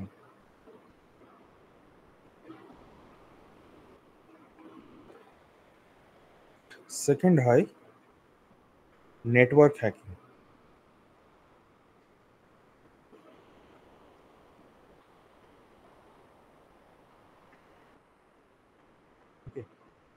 থার্ড হচ্ছে আমাদের web hacking,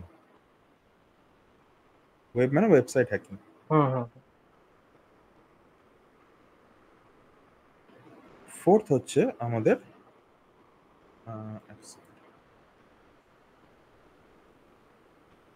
forensics, digital forensics actually, আচ্ছা, ঠিক আছে। তো টোটাল এখানে 4টে পার্ট কভার হয়, ঠিক আছে, এই টপিকটার আন্ডারে। আচ্ছা, তো এখানে তোমার কি হচ্ছে, তোমার বেস এখানে শেখানো হচ্ছে, ঠিক আছে। হুম, সিস্টেম, নেটওয়ার্ক, ওয়েব, ফরেনসিক, এখানে 4টে কনসেপ্টের তোমাকে আইডিয়া দেওয়া হবে। টোটাল 30টা মডিউল থাকবে, সেটা 30টা মডিউলের মধ্যে সিস্টেম হ্যাকিং থাকবে, নেটওয়ার্ক হ্যাকিং থাকবে, ওয়েব হ্যাকিং থাকবে, ফরেনসিক্স থাকবে, ঠিক আছে। হুম, তো সেই আইডিয়া থেকে তুমি বেসিক অ্যাপ্রোচ জানতে পারবে, ঠিক আছে। হুম, এবার এই বেসিক অ্যাপ্রোচে কি হবে যে তোমার, এবার ধরো তুমি নতুন নন আইটি ব্যাকগ্রাউন্ড থেকে বিলং করো, ঠিক আছে। হুম, তো সেই আইডিয়াতে তোমার কি কি জানা দরকার লাগবে, তোমার বেসিক নেটওয়ার্ক লাগবে, বেসিক নেটওয়ার্ক, হুম,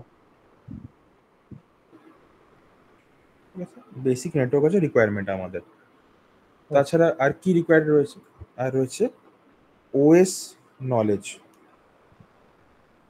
ওএস নলেজ এটা কিন্তু হতে পারে, ওএস কি লিনাক্সটাও কি জানতে হবে, মানে হ্যাঁ ওএস বলতে? আচ্ছা, হুম, একদম, ওএস নলেজে আমাদেরকে দুটোই জানতে হবে। এটা হচ্ছে উইন্ডোজ এবং কালি। কালি একটা লিনাক্স অ্যাকচুয়ালি, ঠিক আছে, এটা লিনাক্সের হুম, মধ্যেই পড়ে। তবে হ্যাঁ, কালি লিনাক্সটা হ্যাকিং এর জন্য ইউজ করা হয়ে থাকে, ঠিক আছে, কারণ কালিতে সমস্ত কিছু প্রি ইনস্টল থাকে, ঠিক আছে। তো এই যে ওএস নলেজ তোমার লাগবে, ঠিক আছে, এটা কি করে বিল্ড হবে, এটা যখন তোমার কনসেপ্ট মানে আমাদের যে মডিউল স্টার্ট হবে সেখানে নেটওয়ার্কিং রিফ্রেশমেন্ট দেওয়া হয়, মানে কি মানে আইডিয়া দেওয়া হয় যে কি বা কেন, মানে পুরোনো কনসেপ্টগুলো ঝালানোর জন্য, ঠিক আছে। নেটওয়ার্কিং যে বেসিক কনসেপ্ট সেটা তুমি জানতে পারবে, নেটওয়ার্কিং কীভাবে কাজ হয়, এইচডিপি কি বা বিভিন্ন যে প্রোটোকল যেগুলো বলছিলাম সেই সমস্তগুলো পাওয়া যায়। তুমি এই নেটওয়ার্কিংটা তুমি যদি মনে করো আমি জানবো, তুমি তো নিজেও ইউটিউবে গিয়ে সার্চ করে জানতে পারবে। নেটওয়ার্কিং কোর্স বাংলা যদি সার্চ করো 1-2 ঘন্টার অনেক কোর্স পাওয়া যায়, তুমি নেটওয়ার্কিংয়ের পুরো বেসিক্স জেনে ফেলতে পারবে। নেটওয়ার্কিং বিগিনার কোর্স এরকম সার্চ করে নেবে, বিগিনার কোর্স বেঙ্গলি।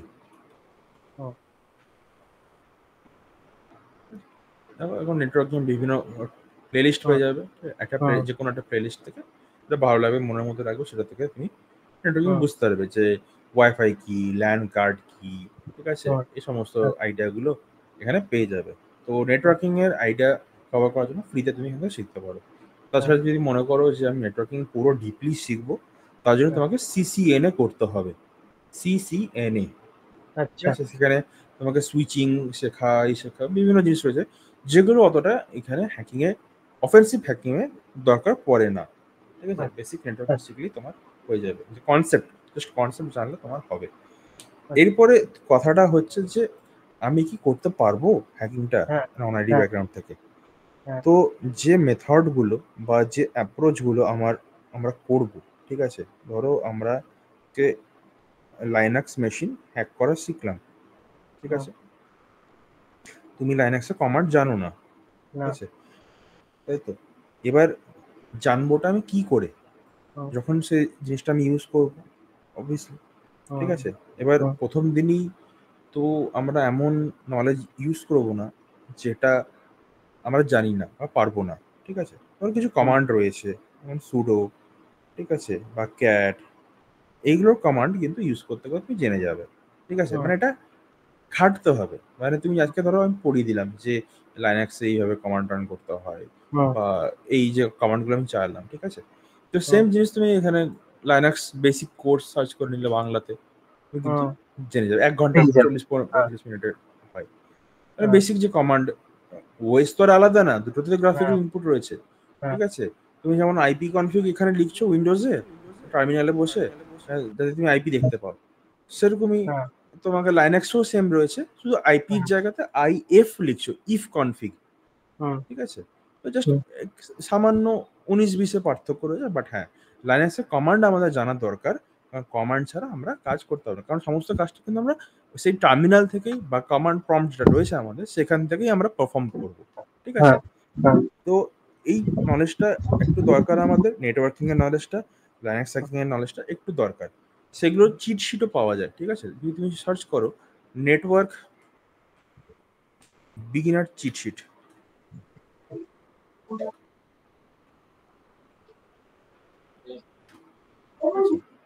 প্রচুর চিট শিট পেয়ে যাবে বিভিন্ন ওয়েবসাইট থেকে।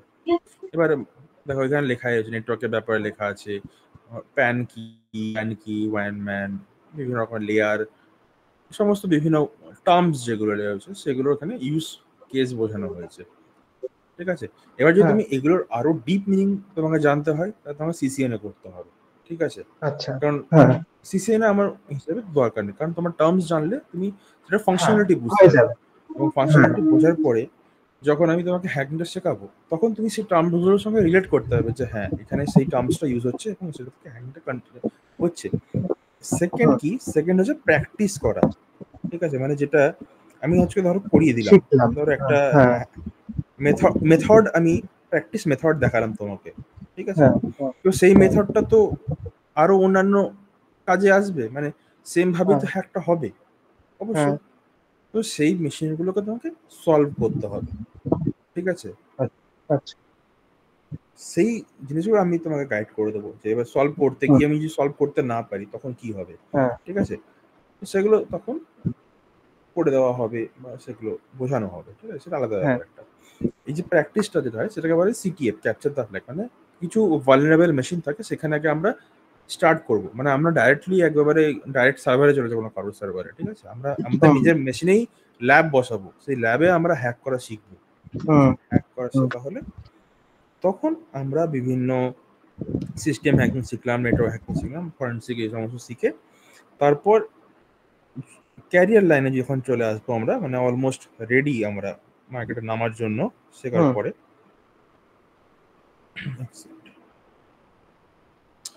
আচ্ছা এটা একটু ওঠাতে হবে, তখন মার্কেটে তোমার কোর্স থাকে, বিভিন্ন রকমের কোর্স পাওয়া যায়। যেমন রয়েছে সিইএইচ, ওকে, একটা কোর্স। আচ্ছা, সিইএইচ, তাছাড়া রয়েছে ইডব্লিউপিটিএক্স, এরকম টাইপের বিভিন্ন কোর্স রয়েছে।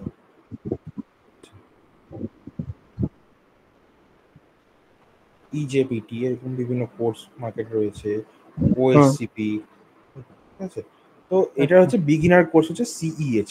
এই যে সিইএইচ তুমি যেটা করবে সেটাতে এই 4টে টপিক কভার হবে টোটাল। যে সিএসটা ছোট করে দিই, সিএসটা, এই সিএস থেকে তুমি 4টে টপিক শিখতে হবে: system hacking, network hacking, web hacking, forensics.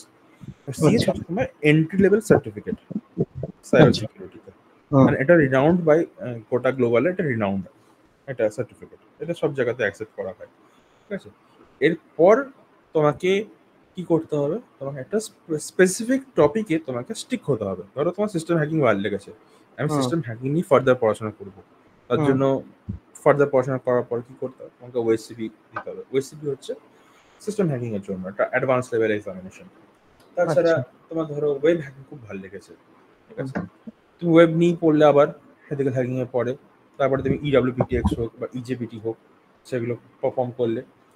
তারপরে তোমার ফরেন্সিক ভালো লেগেছে, ফরেন্সিকে তোমার ভালো লাগার পর তুমি কি করলে, সার্টিফাইড ফরেন্সিক ওটা আছে ইসি কাউন্সিলে, সেটা করলে, ঠিক আছে। সেটা হতে পারে। নেটওয়ার্কে ভালো লাগলো, সেখানে সি পেন্ট করতে পারে, সার্টিফাইড প্রফেশনাল নেটওয়ার্ক পেনিট্রেস্টার। এই বিভিন্ন রকমের বিভিন্ন প্যাথ রয়েছে।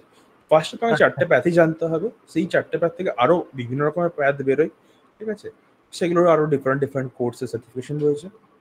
বাট ফার্স্ট এইটা হচ্ছে আমাদেরকে এই 4টে বেসিক ভিত পিলার শিখতে হবে। তারপর তোমাকে শুরু করতে হবে, বেসিক নেটওয়ার্ক জানতে হবে, ওয়েজের একটু নলেজ লাগবে, উইন্ডোজ বা কালি, এই দুটোর বোথ লিনাক্স উইন্ডোজের কমান্ড চাই জানা, কি করে কাজ হয় বা না হয়, সেগুলো শেখানোও হবে, অসুবিধা নেই। তাছাড়া নেটওয়ার্কিং এর একটু কনসেপ্ট দরকার আছে, যে নেটওয়ার্কিং এর যে টার্মস গুলো, সেই টার্মস গুলো কোথায় ইউজ হচ্ছে, এসটিপির মানে কি, কেন ইউজ হচ্ছে, সেগুলো তুমি ইউটিউব থেকে শিখতে পারো। তাছাড়া লাইনাক্স ইউজেজ, যেটা আমি বললাম, বিভিন্ন যে কমান্ড ইউজেজ হয়, সেই কমান্ডগুলোর মানেটা কি, সুডো মানে কি, ক্যাট মানে কি, এলএস মানে কি, এমভি মানে কি, এরকম শর্ট শর্ট যে ফর্মগুলো থাকে সেগুলোর ইউজেজ জানতে হবে, ঠিক আছে। তার নেটওয়ার্কের মধ্যে আরেকটা জিনিস তোমাকে জানতে হবে, সেটা হচ্ছে পোর্ট স্ক্যানিং, ঠিক আছে, বা হোয়াট ইজ পোর্ট, ঠিক আছে, ডিফারেন্ট টাইপ অফ পোর্ট বা পোর্টের চিট শিট, এগুলো জানতে হবে, ঠিক আছে।